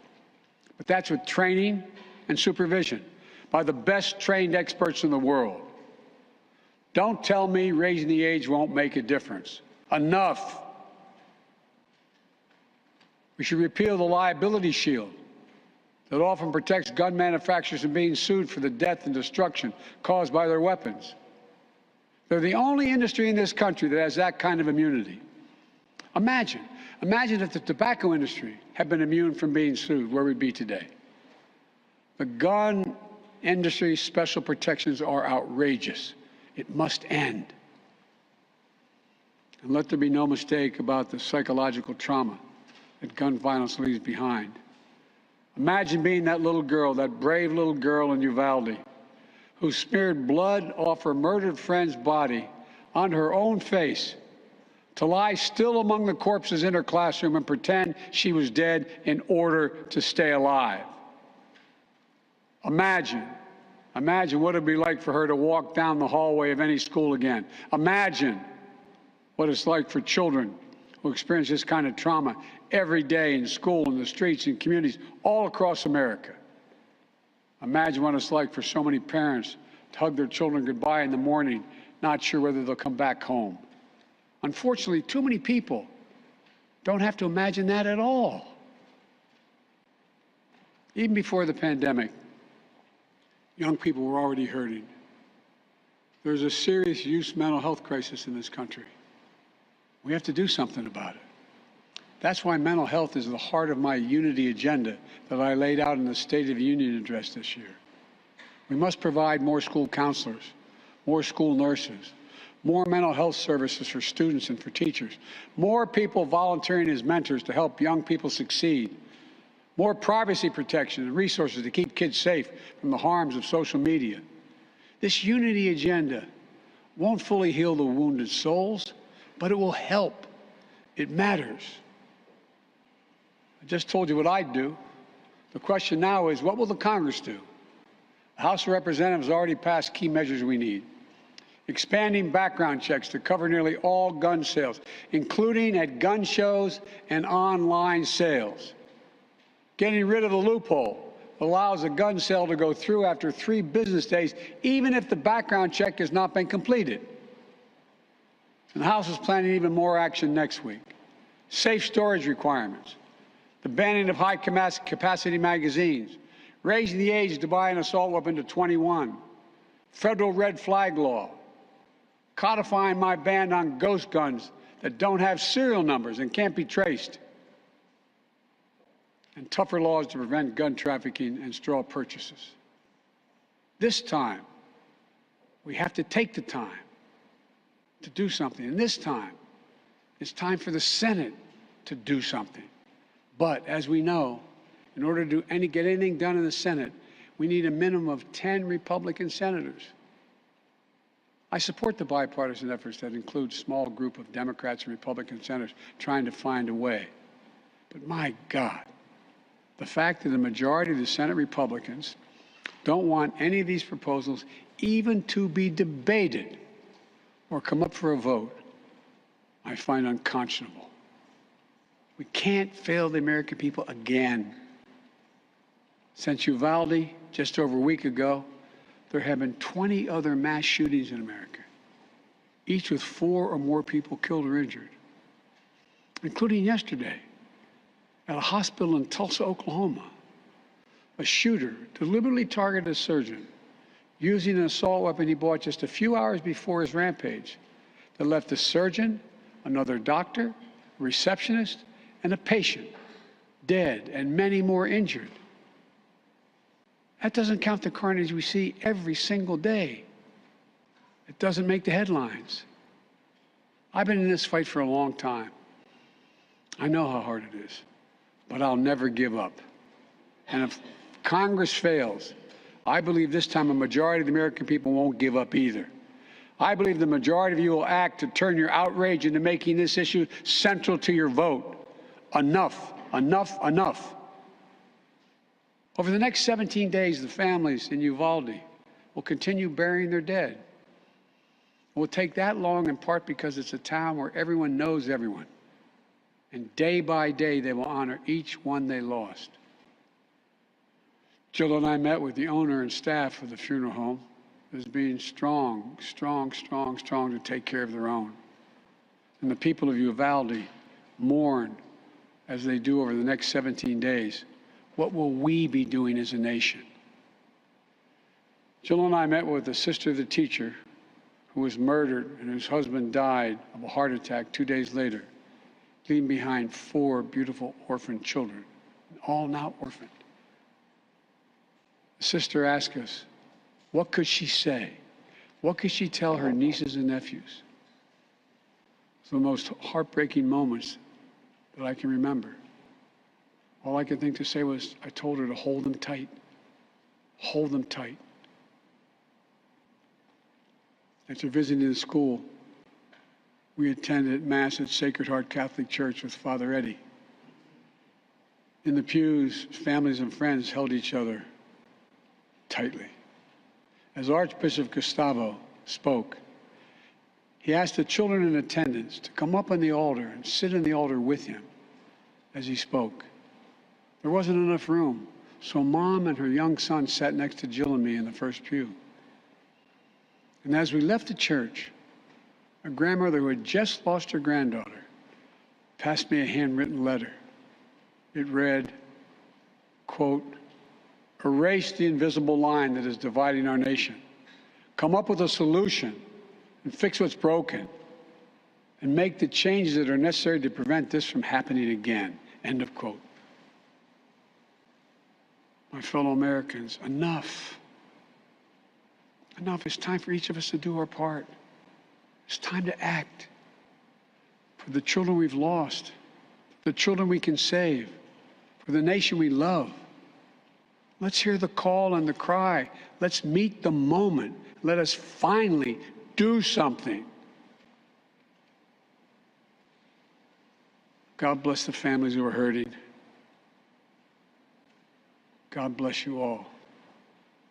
From a hymn based on the 91st Psalm sung in my church. May he raise you up on eagle's wings and bear you on the breath of dawn, make you to shine like the sun and hold you in the palm of his hand. That's my prayer for all of you. God bless you.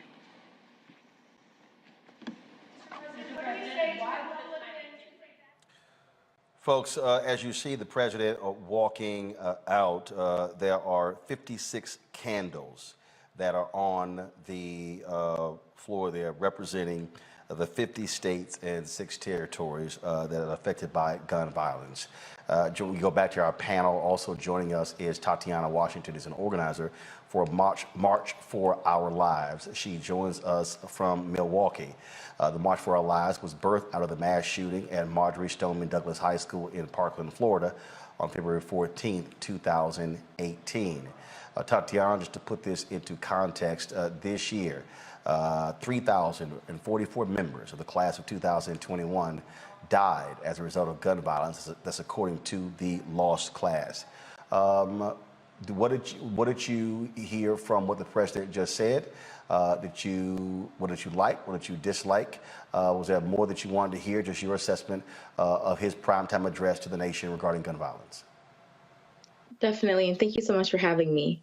You know, I think a lot of people, and I think a lot of young people, especially us at March for Our Lives, you know, we started in 2018, and some of us were graduating high school, and now we're getting ready to graduate college or graduated college. And I think a lot of us, we're tired of just hearing words, and we really need action. You know, I definitely agree with President Biden. We do need to have a vote on background checks. 90% of Americans support universal background checks, and we need to see who is with us and who isn't with us so we can start and mobilize against them and really vote them out. Reese, I'm looking at comments in our chat room, and people are saying, I'm bored by this. This is not impressive. I want to hear more. He should do more. He should sign an executive order. But people have to understand, first of all, people have to understand you can't sign an executive order for everything. That's first. He's been consistently saying that Congress has to actually pass laws that affect this. That's also what I think there's so many people are not understanding the reality of civics and the different branches of the federal government. Definitely. But we know that people don't understand the way that laws are made or obstructed. In the case of Republicans, what they've been doing since Obama and Mitch McConnell pledged to make Obama a one-term president, and has been bragging even this week about blocking Merrick Garland from the Supreme Court.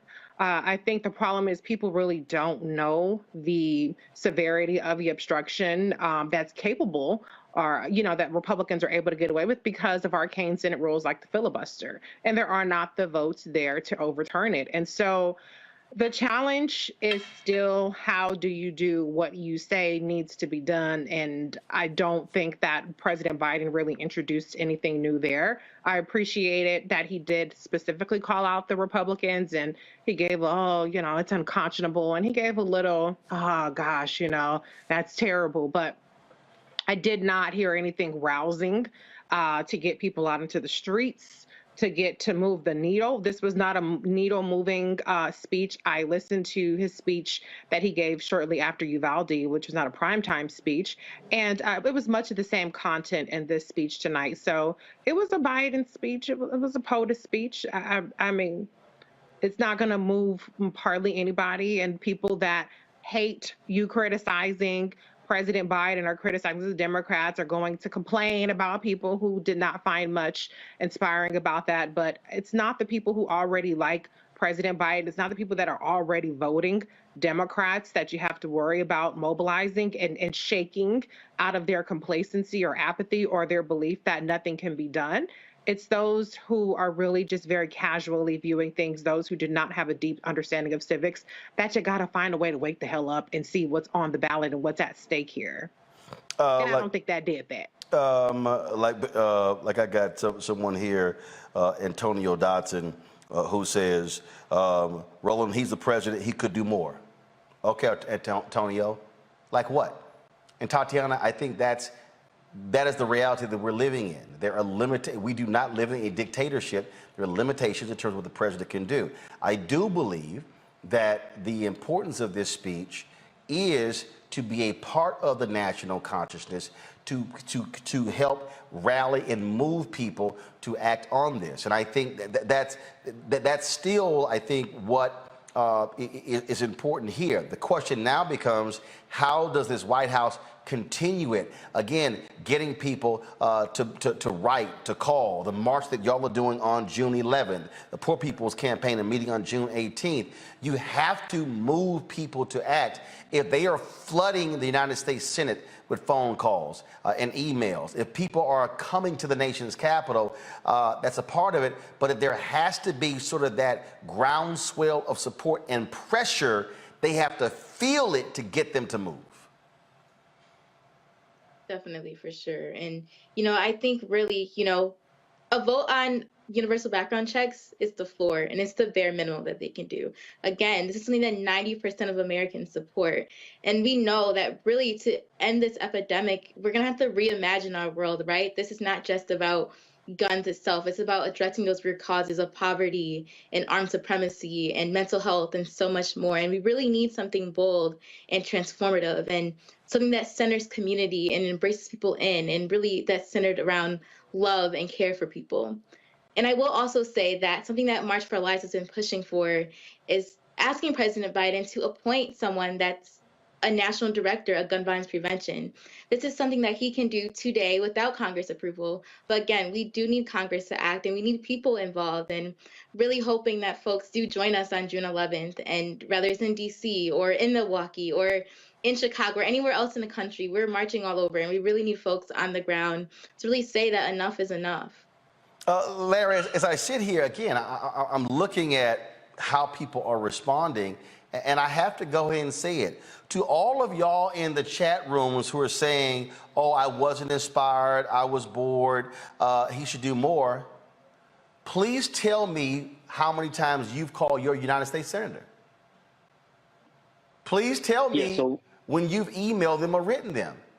I mean, Tatiana, they're out there doing the work. Shannon Watts and Mom's Demand, they're doing the work. But part of this issue here, Larry, is that there are too many people who are like, oh, something has to be done, but they won't even pick the phone up or even say, I'm going to call my U.S. Senator every day at 10 a.m. Every day I'm going to call, and I'm going to get 10 or 20 people to do the exact same thing. Public pressure is the only thing that is going to get them to act. Roland, that's a really important point. So I'm going to give you some insight from a staffer's perspective. When we got emails or phone calls consistently from voters from my boss's district about an issue, it was my responsibility to bring it to his attention and ensure he got reelected. So if that pressure does work, if you keep calling, keep emailing, and when you have these these town halls, et cetera, whether it's virtual or in person, we just saw Senator Grassley just the last couple of days, people asking him about this issue relating to guns and violence in America. When you begin to challenge public officials on these issues, you make them nervous, and particularly if they're up for re-election.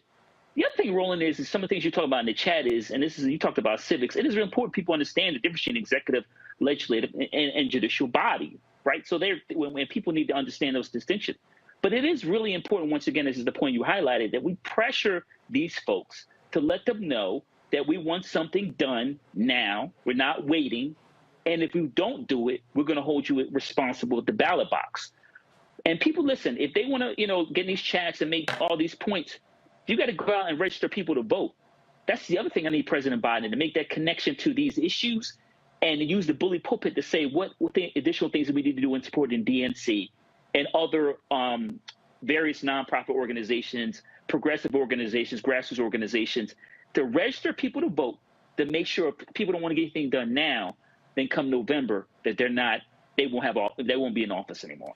Tatiana. But Roland, can I point out that Biden didn't even ask people to call their senators? He could have easily said there's bipartisan negotiations happening right now. If you think that Uvalde is too much, if you think Buffalo is too much, if you think Tulsa and every other day we have a mass shooting is too much, then call your senators. Get out there and march. He has not called for that himself, which is not something, so you can't just say, well, we have to do that. That's what the bully pulpit is for. We understand, most of us understand, or many of us understand, that he is limited into what it can pass through the legislature, but you're not even calling for pressure on the legislature. And I'm not crediting Trump by any means, but one thing about Trump was going to call your ass out. McCain is voting against this, or Mitch McConnell, or whoever the hell the situation, whoever he had a grievance with. And I'm not saying you have to go that far, but my point is that he has the audience in the bully pulpit to at least tell people to call your senators. And he's not doing that. And that right there, Tatiana, is, again, for me, when I talk about if you're going to use the bully pulpit, you have to direct people. People out here going, okay, I want to do something, but they literally don't know where to go. He has to actually do that. The White House has to do that. There should be a war room set up in the White House right now when it says that we are going to make this issue our top issue, and we want to see it done before the November election. And again, Tatiana, that to me is, I think, yes, what he has to say and keep saying on a constant basis. Definitely. And I would also say to the folks that are saying they don't feel inspired, what is it going to take? So many of us in this movement have been personally impacted by gun violence.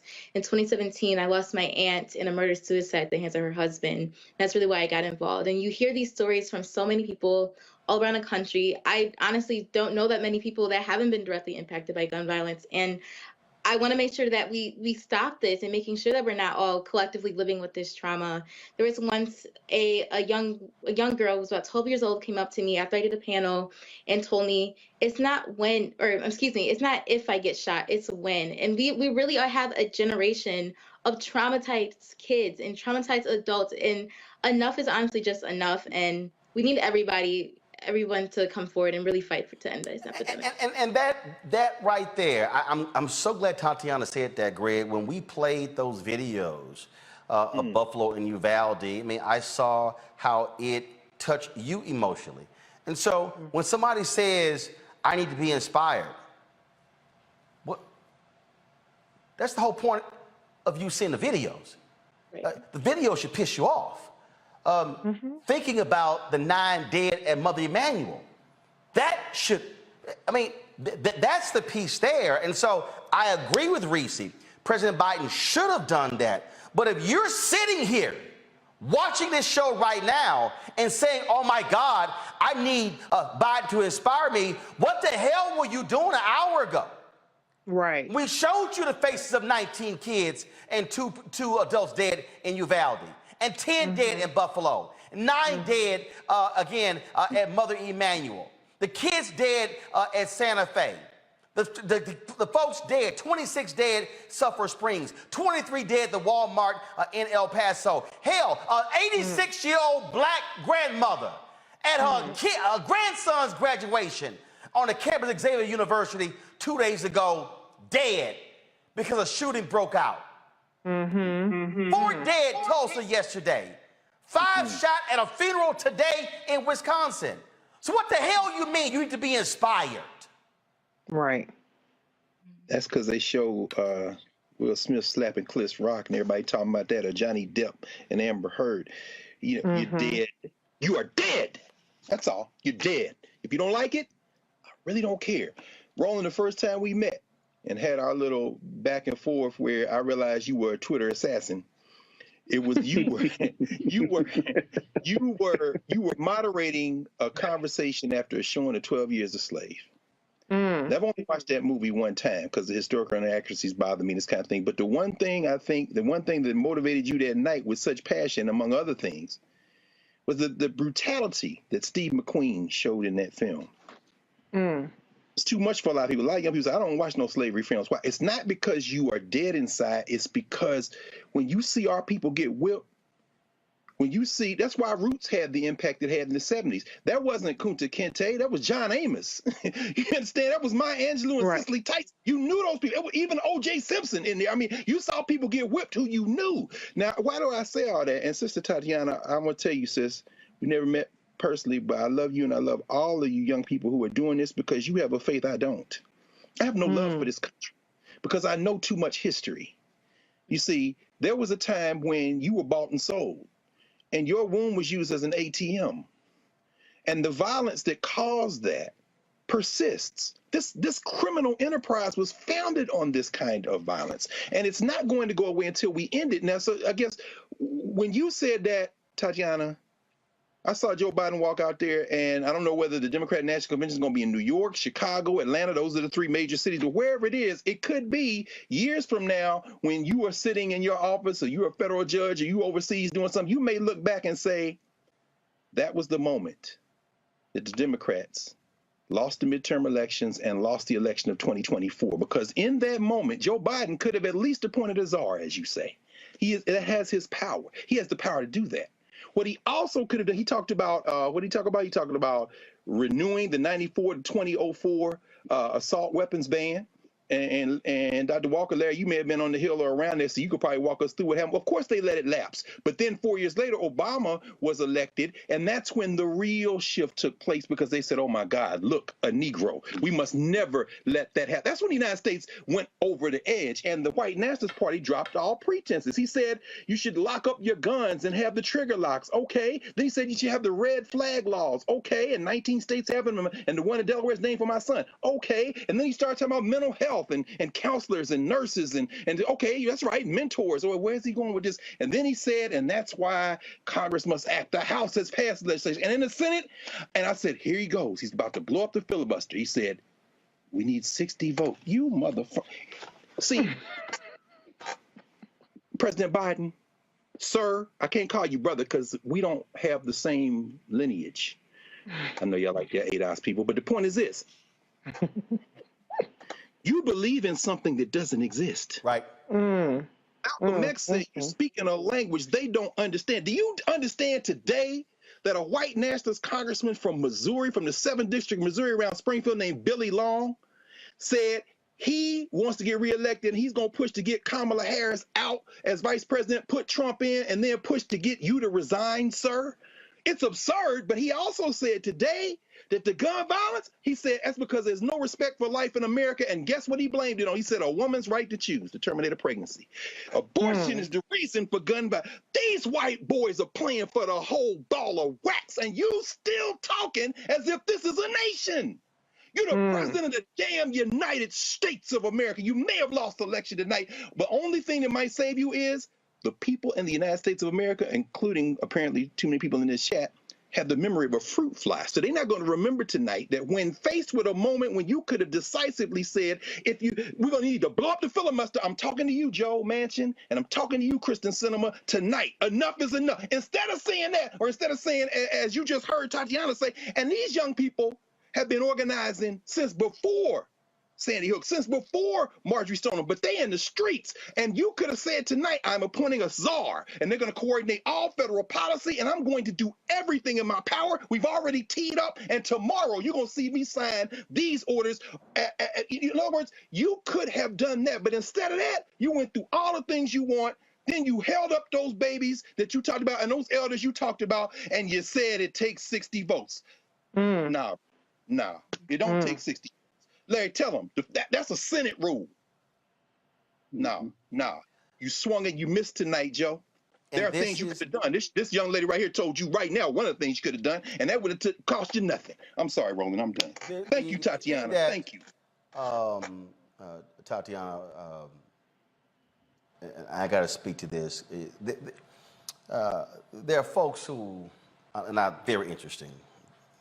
Because the previous conversation we had, one guy was like, see, there you go.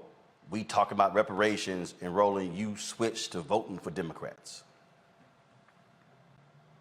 And then I had someone said, on the gun issue, you caping for Democrats. When the U.S. House passed a bill a week ago dealing with domestic terrorism in the aftermath of Buffalo, one Republican voted for the bill. It passed because Democrats voted for it. When the House passed a bill to stop price gouging of gas, no Republicans voted for it. When the House passed a bill to spend $28 or $30 million to deal with baby formula, no Republicans voted for the bill. Republicans in this session voted against the John Lewis Act. Republicans in this session voted against the For the People Act. Senate Republicans blocked the bill dealing with terrorism. When Donald Trump went to the White House, one of the first bills the Republican House repealed was an Obama-era rule that dealt with ending discrimination in auto lending. So for all of y'all people who keep saying, oh, who he's caping for, oh, he keeps moving to talking about voting for Democrats, please tell me who the hell then else out there is going to vote for it. If the entire Republican conference, except one, voted against the domestic terrorism bill after 10 black folks were gunned down in Buffalo, well then who the hell would I say we should be pressuring to vote? If nothing can move right now because of the filibuster. Yes, sir. Because of Sinema and Manchin. That's great. And if that means that Tim Ryan gets elected in Ohio, and Sheriff Beasley in North Carolina, and Fetterman in Pennsylvania, and Demings in Florida, and Warnock gets reelected in Georgia, and Kelly gets reelected in Arizona, and Democrats hold the seats in Nevada and New Hampshire, and if Mandela Barnes wins the Democratic nomination in Wisconsin and then beats Senator Ron Johnson in November, And if folks mobilize black people and poor white people in Kentucky and Charles Booker takes out Rand Paul, if we register 100,000 black people in Louisiana and puts Gary Chambers in position to beat Senator John Kennedy, then we're talking about 55, 45, 57, 43, and then Sinema and Manchin that both are negated. So tell me who the hell else there is to support. Teach. You cannot sit here on Twitter and on YouTube and Facebook and go, all you talk about is vote for Democrats, when the opposition don't give a damn about your black ass. Mm-hmm. But you want to sit your Simple Simon ass at home. Oh, who you caping for? But you say you want gun laws. But you say you want the Voting Rights Act. But you say you want gas prices lowered. But you say you want all type of things. Please, by all means, tell me what magical, mystical, political party there exists out there where there are a group of votes that is going to get done other than what is sitting before us. Please, by all means, tell me where they are so I can invite them on the show. Because the reality, Tatiana, if there's only one party where we can be applying pressure to pass something, and they control the House right now and control the Senate, that's what we should be doing. Because here's what we do know.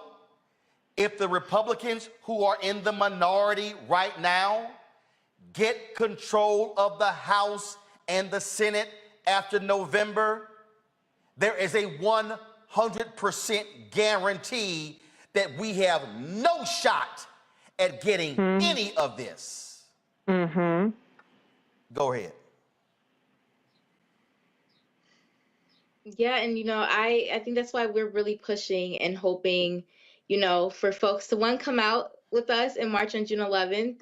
If you're interested and not in the DC area, text March to 954-954, and really hoping that Senator Schumer will call for a vote on background checks. We need to see who the folks that are with us and who aren't with us, so we can start mobilizing against them. And that's something that we know that we can do, right? Our communities have a disproportionate or vote in high record turnout, so do young people, and we know that we can mobilize against these folks, and we need to see who's with us on this. Again, this is something that is so simple, it's so basic. It's getting a vote on universal background check. It's something that needs to be done, and it's literally the floor for anything for gun violence prevention. It is so easy. It's one thing that can definitely save lives, but it's not the only thing that we can do, and it's something that just needs to be done. That's right, Sid. Right. Again, put the graphic up, please, folks.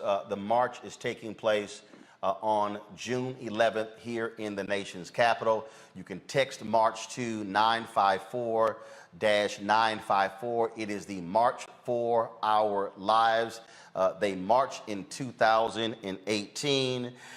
They are going to be out there again, and I'm going to show y'all something. I showed this last night.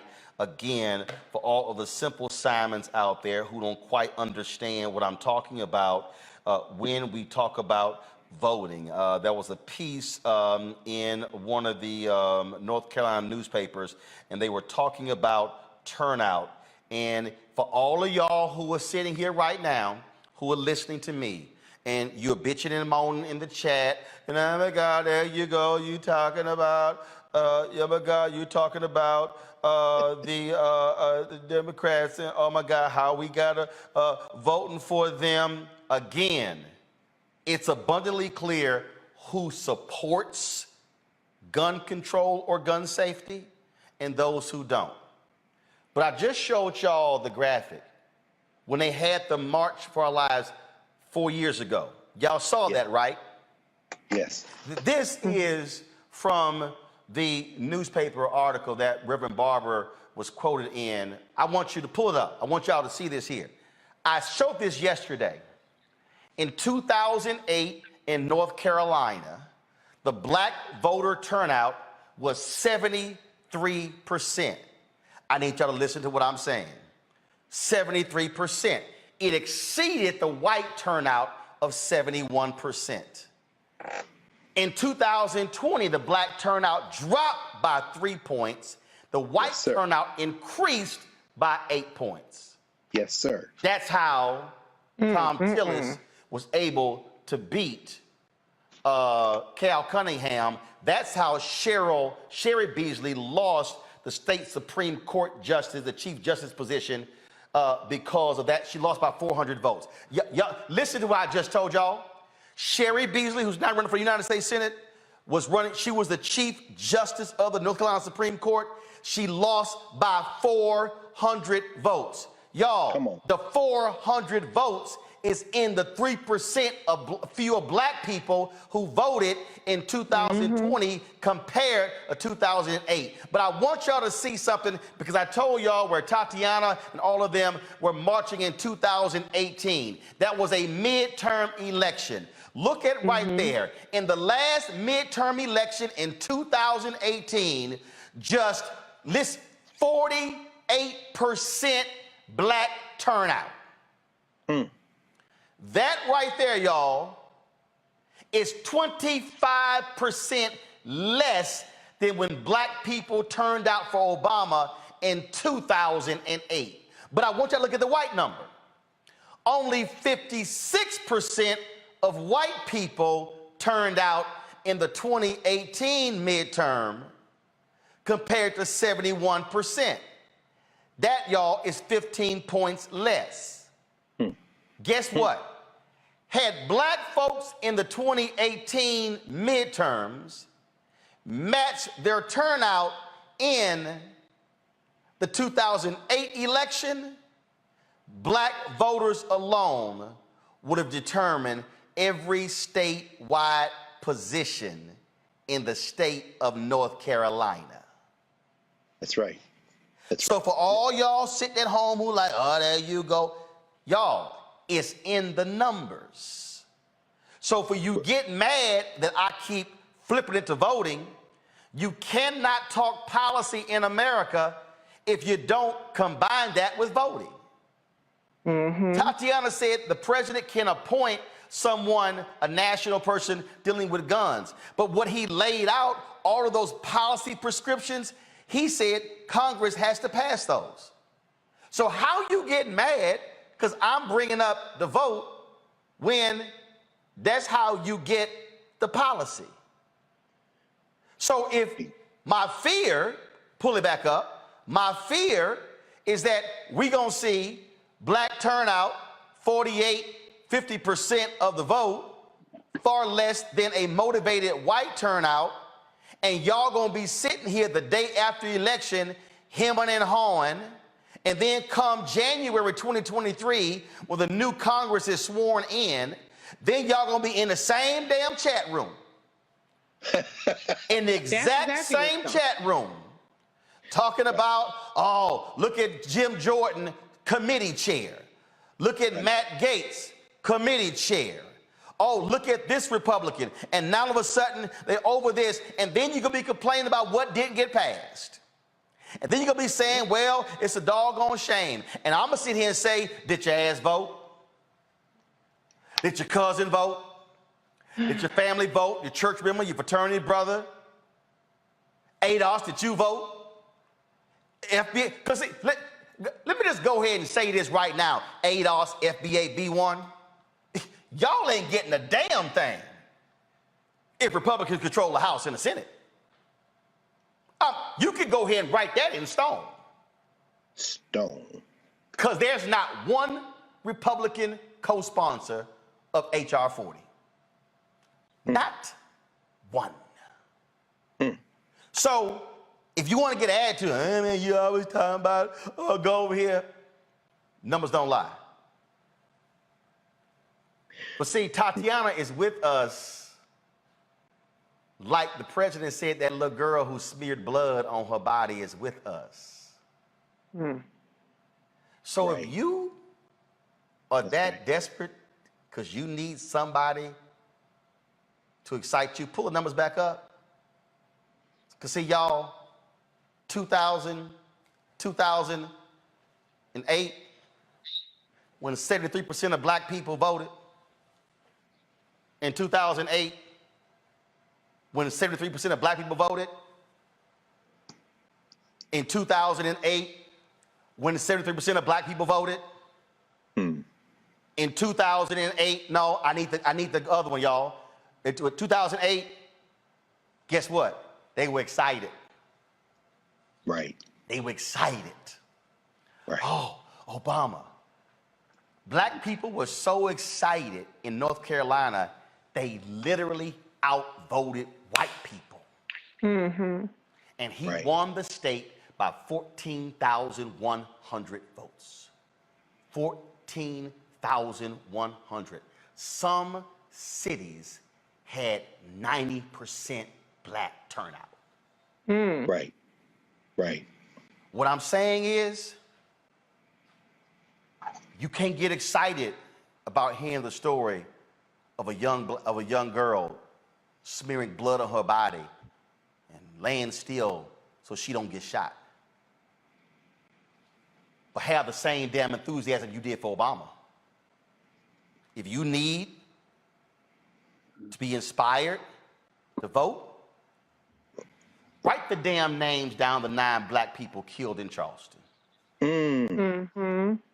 If you need to be inspired, write down the 10 names of the black people killed in Buffalo. Since you need to be inspired. What I'm saying to y'all, you Simple Simons, you caping for the Democrats. If that was another party that was out there that supported these issues and they were in office, I'd be like, let's go. Boo. There ain't. See, I got to work with what I got. And what I'm saying right now, they don't want to hear that. It is an absolute fact that that march that Tatiana and those students are going to be on, put the graphic back up, at that march, ain't no Republicans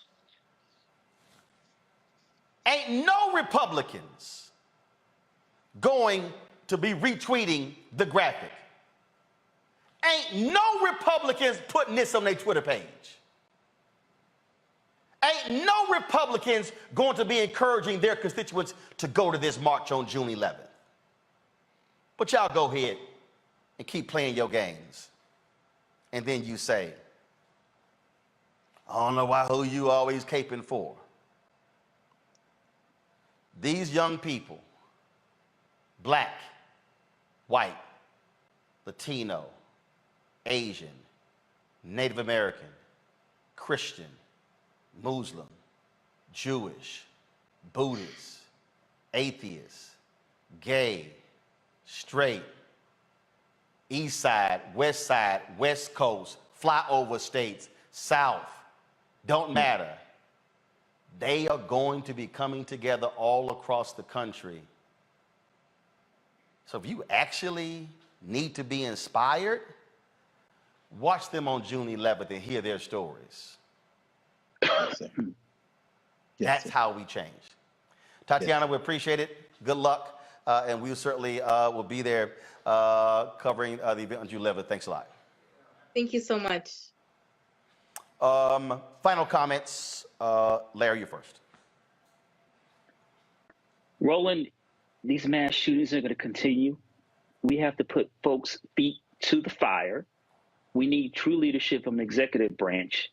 That includes President Biden, as we talked about, naming names. When you start calling people out by name, Reese talked about Donald Trump, and Lord knows it was a lot of crazy nonsense, but he would hold people accountable, and we have to start doing that. And like I said, calling people out by name. Reese. Yeah, I just want to, point out that in addition to apathy and confusion, we have chaos and we have disinformation targeting Black people specifically, and especially to try to gin up discontent and disillusionment, particularly with Democrats. That's why you have an organized chaos agent of, trolls, army of trolls who will make comments that try to dissuade you from advocating for the party that actually is in support of the policies that we want to see push us forward. It's the reason why people know about this COVID-19 Hate Crimes Act that they refer to as the Asian bill, but they don't say anything about the Emmett Till Anti-Lynching Act. It's why they call for an anti-Black hate crimes bill, even though the Black hate crimes bill passed in 1968, which is called the Civil Rights Act, and the Matthew Shepard and James Byrd Jr. Hate Crime Act in 2009, I believe it was. So, it's the reason why people can name drop that K-pop was at the White House the other day. It was Asian American Pacific Islander Heritage Month. God, they can't go to the White House, I guess. But you didn't hear anybody outside of, Roland and certain Black media outlets talking about Gianna Floyd being at the White House for the signing of the executive order and on her father's, shortly after her father's death anniversary, and the police activity. And so our police executive order. And so what we have permeating through our community is chaos and confusion sown by disinformation and misinformation. And so if you are feeling disillusioned, it's probably intentional. And that's what we have to work on. We have to work on combating these narratives that are meant to suppress our enthusiasm or even suppress just our basic knowledge of the facts. Meant to try to get us to believe that nothing is being done or this group is getting something and we ain't getting nothing. Nobody talks about the HBCU bomb threat security grants. I was there at the White House covering that, but they want to talk about the response to the COVID-19 hate crimes. And so we got to get our shit together, because right now, I just don't understand. I do understand, but it really pisses me off the way that it's common knowledge in our community, all the shit that ain't got nothing to do with us, but none of the stuff that actually does impact us is any kind of common knowledge. So that's what we got to work on. And as it's been said many times, you have to wake up. It's at this point, your non-action is a reflection of your consciousness, not anybody else's. And I'm going to always encourage Democrats to step their game up, step their messaging up. But at the end of the day, what you choose to do in this moment is on you, and it's a reflection of you and you alone, not anybody's messaging, not anybody holding your hand and making you excited. It's a message on you and what you can tolerate going forward in our society. Great. Right. That's right. Thank you, Reese. I'm gonna follow right along with you, sis. We are passionate with each other because of the trauma we've experienced together, and I think that's what's fueling the lineage stuff in California and the FBA, and it's all coming out of the trauma. We've been harmed, and so when we disagree with each other, it's very passionate. That's what's fueling some of this gun violence in places where it's Black on Black. We're next to each other and we're being harmed. So we harm ourselves. When you harm another Black person, you harming yourself. That's that deep self-hatred expressing itself outward. And Roland, in your home state, brother, when you mentioned Texas a few minutes ago in terms of what we should do and how Beto is acting, and you evoked it. When you go to the 1920s, 30s, and 40s, those Black people were up against the straight Klan in the white primary. There's a reason why those voting rights cases that come into the 1940s, 50s, and 60s, the white primaries, Nixon versus Allwright, Nixon versus there's a reason why they came out of Texas. Why? Because Black people still had the faint memory of the lash, and they bonded together and turned that pain into rage, and they organized and they broke the back of the white primaries. Those of you who say, well, the Republicans freed the slaves, go to hell. Y'all go read some history. Because those white nationalists left the Democratic Party as Black people organized in the 40s, 50s, 60s, and they went into the Republican Party. This isn't about DNR, it's about power.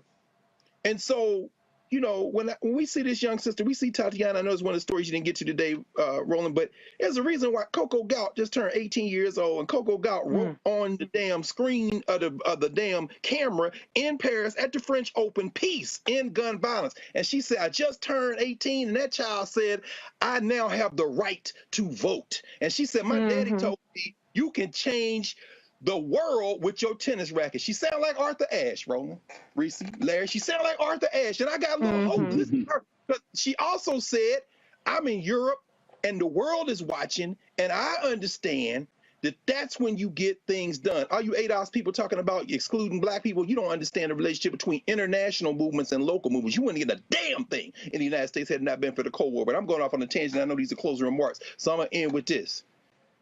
Charles Booker comes in to the Senate from Kentucky, and Roland did the litany. You go, all those Democrats come, that's when you're probably going to find out that there's several of them hiding behind Joe Manchin and Kristen Sinema. But guess what? That's true. That's when you take the lesson from your ancestors, because your ancestors understood that. And remember, Roland, when you put that graphic up with what Reverend Barber said, he said there is no way to measure the power of inspiration. You turned out in 2008 because Obama was black. If somebody put a gun to your head and said, what are his policies? You wouldn't have been able to say, but he was black and you loved his wife. So you came out. Guess who else came out? Them white boys who've been plotting to kill you since the damn civil rights movement of the 60s in a slow march to control the courts. Go look at Samuel Alito the night we was covering the election, and Alito was prepared to throw all the votes in Pennsylvania out. Y'all ain't read the damn opinion. I read the opinion. He said sequester the votes in case we have to revisit this. If it could have been close enough for them to steal that night, they'd have stole it. But guess what they've been doing the last few years? They've been putting their judges in place. They've been getting their secretaries of state in place. And they getting ready to run a cold-ass Boston. If you think we attacking each other now, wait till the misery comes in the midterms. This ain't about DNR. This is about self-defense. Please understand that those African people in Texas who couldn't vote in the 20s, 30s, and 40s and went to court, and then who got the right to vote, and then who got out in the street and spilled blood and got that legislation pushed through Congress, because the world was looking at them, including a lot of people who look like us, and said, we ain't doing business with y'all, arguing to people at the United Nations. Guess what? They didn't look at the struggle in terms of an election cycle. Nat King Cole didn't distract them from, and the last time I looked, Jack Robinson was in the street too. In other words, Coco Gauch is returning to a tradition. She's not starting one. Stop looking at this. Turn off Johnny Depp. Turn off Chris Rock. Turn off all that bullshit. Turn off Versus. Turn off all the. And remember that your ancestors did not struggle in 2-week increments, in 6-month increments, in one election cycle increments. They long-range future, and damn it, you done dropped the damn baton. And I'm saying that in love, because I know we argue with each other because we love each other and we are in pain. So now, if we don't have more pain, you better get your black ass out there and vote. He's caping for the Democrats. I'm caping for black people. Don't be so stupid, because when they lose, it's your black ass that's going to get shot. Just remember that. I'm going to close it out with this, and it's picking up on what Greg just said, and we've been warning y'all about this. So don't act brand new. Vanity Fair has a piece that says Steve Bannon's election takeover dream is starting to take shape. Recordings obtained by Politico suggest the GOP is embracing the precinct strategy promoted by the former Trump advisor and right-wing podcast host, a plan that could lead to chaos at the polls in November. Yep. I'm just going to read this. Embracing the precinct strategy promoted by Steve Bannon, the GOP is reportedly preparing to sow chaos in the 2022 election by creating an army of poll workers and Republican lawyers to challenge voters in Democratic precincts. According to recordings obtained by Politico, the Republican National Committee has been recruiting and training poll watchers to contest votes and building a network of party-friendly attorneys to help them. The operation has been cast by Republican officials as an effort to even out party imbalances among poll workers in urban centers like Detroit. That's you, black people. Right. But its true aims seem clear: to gum up the democratic process in democratic areas and lay the foundation for results to be challenged in swing states like Michigan that were key to Joe Biden's victory in the 2020 election. Now, let me close with this. The black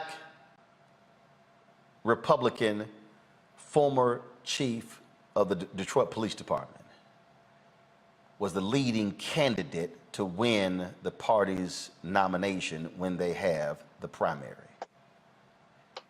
Yet today, the courts ruled that he cannot be on the ballot because of forged signatures. Isn't that interesting? That a black Republican, former police chief for the city of Detroit, can now not run for governor of Michigan because of forged signatures on his petitions. I thought they were the party of law and order. Now, when I showed you that Politico story, that Vanity Fair piece, y'all did see precinct strategy. Correct me if I'm wrong, Greg, Reese, Larry. I'm sure y'all have heard me discuss on this show why we must return to basics and go back to galvanizing our people based upon precincts. Many times. You talk about work the polls with your parents. Many times. How many times have y'all heard me say we've got to be sure that the next generation of people are working the polls? Yep. So, ain't it interesting that Steve Bannon and his happy maggot cohorts are literally planning to use the very same thing black people use to elect Democrats to office, and they are going to use it against us? Let me just again remind everybody who's watching. January 6th, what was that day about? They were protesting the results from 4 states, not 4 states, from 4 cities. Atlanta, Philadelphia, Detroit, and Wisconsin. January 6th was because black people voted. That's right. So when Larry says anti-blackness is on the ballot, that's exactly what they are preparing for. That's right. I have been warning y'all since 2009 what was happening. Some of y'all, I must have been sleeping thinking that, oh, I'm just here, just joking, just saying this stuff for my health. There is a reason I chose this cover. Give me 1 second. There's a reason why I chose this cover for my book in September. I need y'all. Let me break down this cover. Trust me, y'all. I'm going somewhere. Let me break down this cover. Let me break down this cover. So I need y'all to see the image. Now, y'all, this is the photo that I picked out with Ben Bella, and we're finalizing the book. It drops in September. You see the white man in the foreground. His head is back and his arms are open, and what he's saying is, this is ours. Wow. Oh, it is. This is a white man's country. What y'all see in here, you see U.S. flag, old U.S. flag, you see Trump flag. The Trump flag, see y'all. Break it down, bro. The Trump flag is higher than the U.S. flags.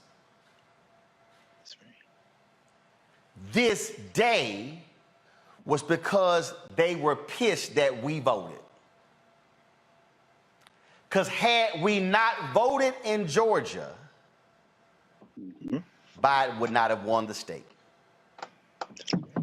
Had we not turned out in Detroit, he doesn't win Michigan. Had we not voted the way we did in Philadelphia, he doesn't win Pennsylvania. Had we not voted the way we did in Milwaukee, he don't win Wisconsin. Y'all, that's what January 6th was all about. Now let me close this way. That y'all see, because the rest of the book is actually called White Fear: How the Browning of America is Making White Folks Lose Their Minds. That's the book. I'm trying to get y'all, and it drops in September, so I'm trying to get y'all to understand, for your simple Simons who keep saying, oh man, you try to get this, I mean, we ain't trying to do that, and we trying to get... Greg has said it. They are coming for us. Yeah. They are afraid of our growing power. That's right. They are angry that we have been using our power. Y'all need to understand the largest group in the Democratic House is the Congressional Black Caucus.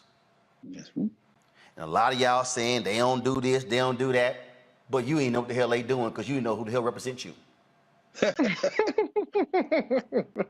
right, I am warning y'all today at 8:43 p.m. on June 2nd, 2022, that if y'all keep up these antics and y'all keep falling for the disinformation and you keep spreading the misinformation and you keep, and I'm not saying you don't hold anybody accountable, because if you heard what I said about Biden the last couple of days, today's speech was a part of that, but it should have gone harder than that. But I need y'all to understand something. What they have in store for us is something you in this generation has never seen. That's right. Facts. Your mom and daddy have. Your grandparents have. But you ain't never seen it. And in fact, I dare say what they have planned is far more sadistic than Jim Crow. Yep. Because they're going to do it with some people who look like us. That's right. And there are a number of modern day Isaiah T. Montgomerys in the Republican Party. Oh, yeah. Sarah Tim Scott is one of them. Vernon Jones is one of them. Oh, there are others. Clarence Thomas is one of them. But I am warning you. Play games and find out, see what happens. And I know some of y'all saying, oh man, you're trying to scare us into voting for Democrats. No, what I'm trying to do is, I'm trying to scare your ass to vote for your children's children. Yes, sir. Because you're voting for Tatiana. I'm voting for 9 nieces, 4 nephews. That's right. And so since some of y'all, oh, I need to be inspired. We've shown you Buffalo, we've shown you Uvalde. We're going to end the show remembering 9 who can't vote. 9 who will not be at Essence Festival. 9 who will not be at the family reunions. If you need a reason to vote, if you need a reason to fight for gun safety, if you need a reason to fight, remember Emmanuel 9.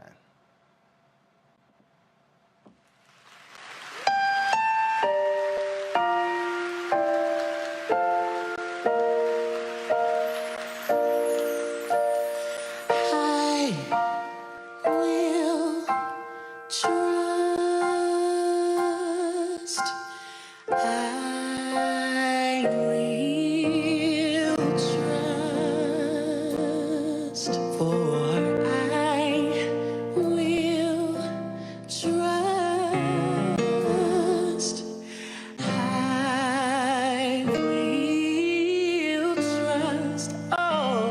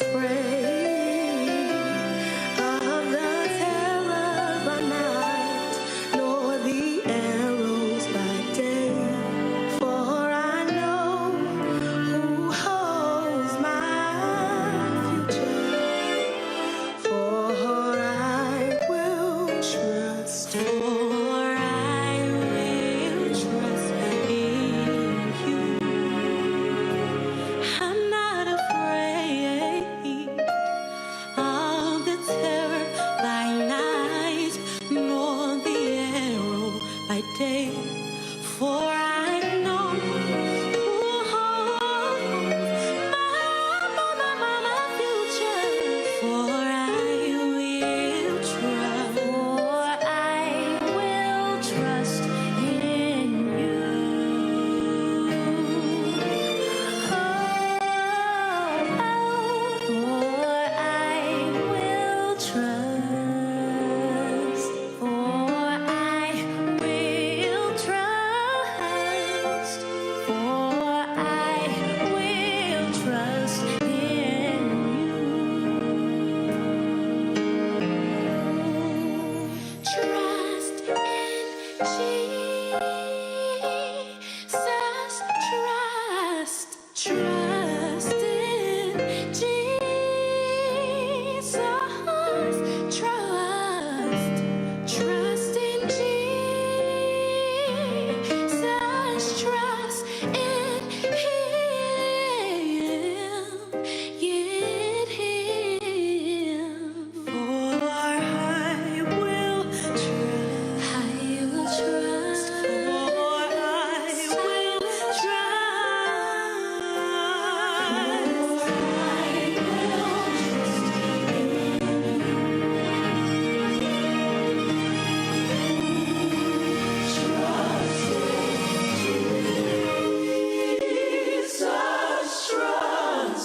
Trust in Jesus. Trust in Jesus. Trust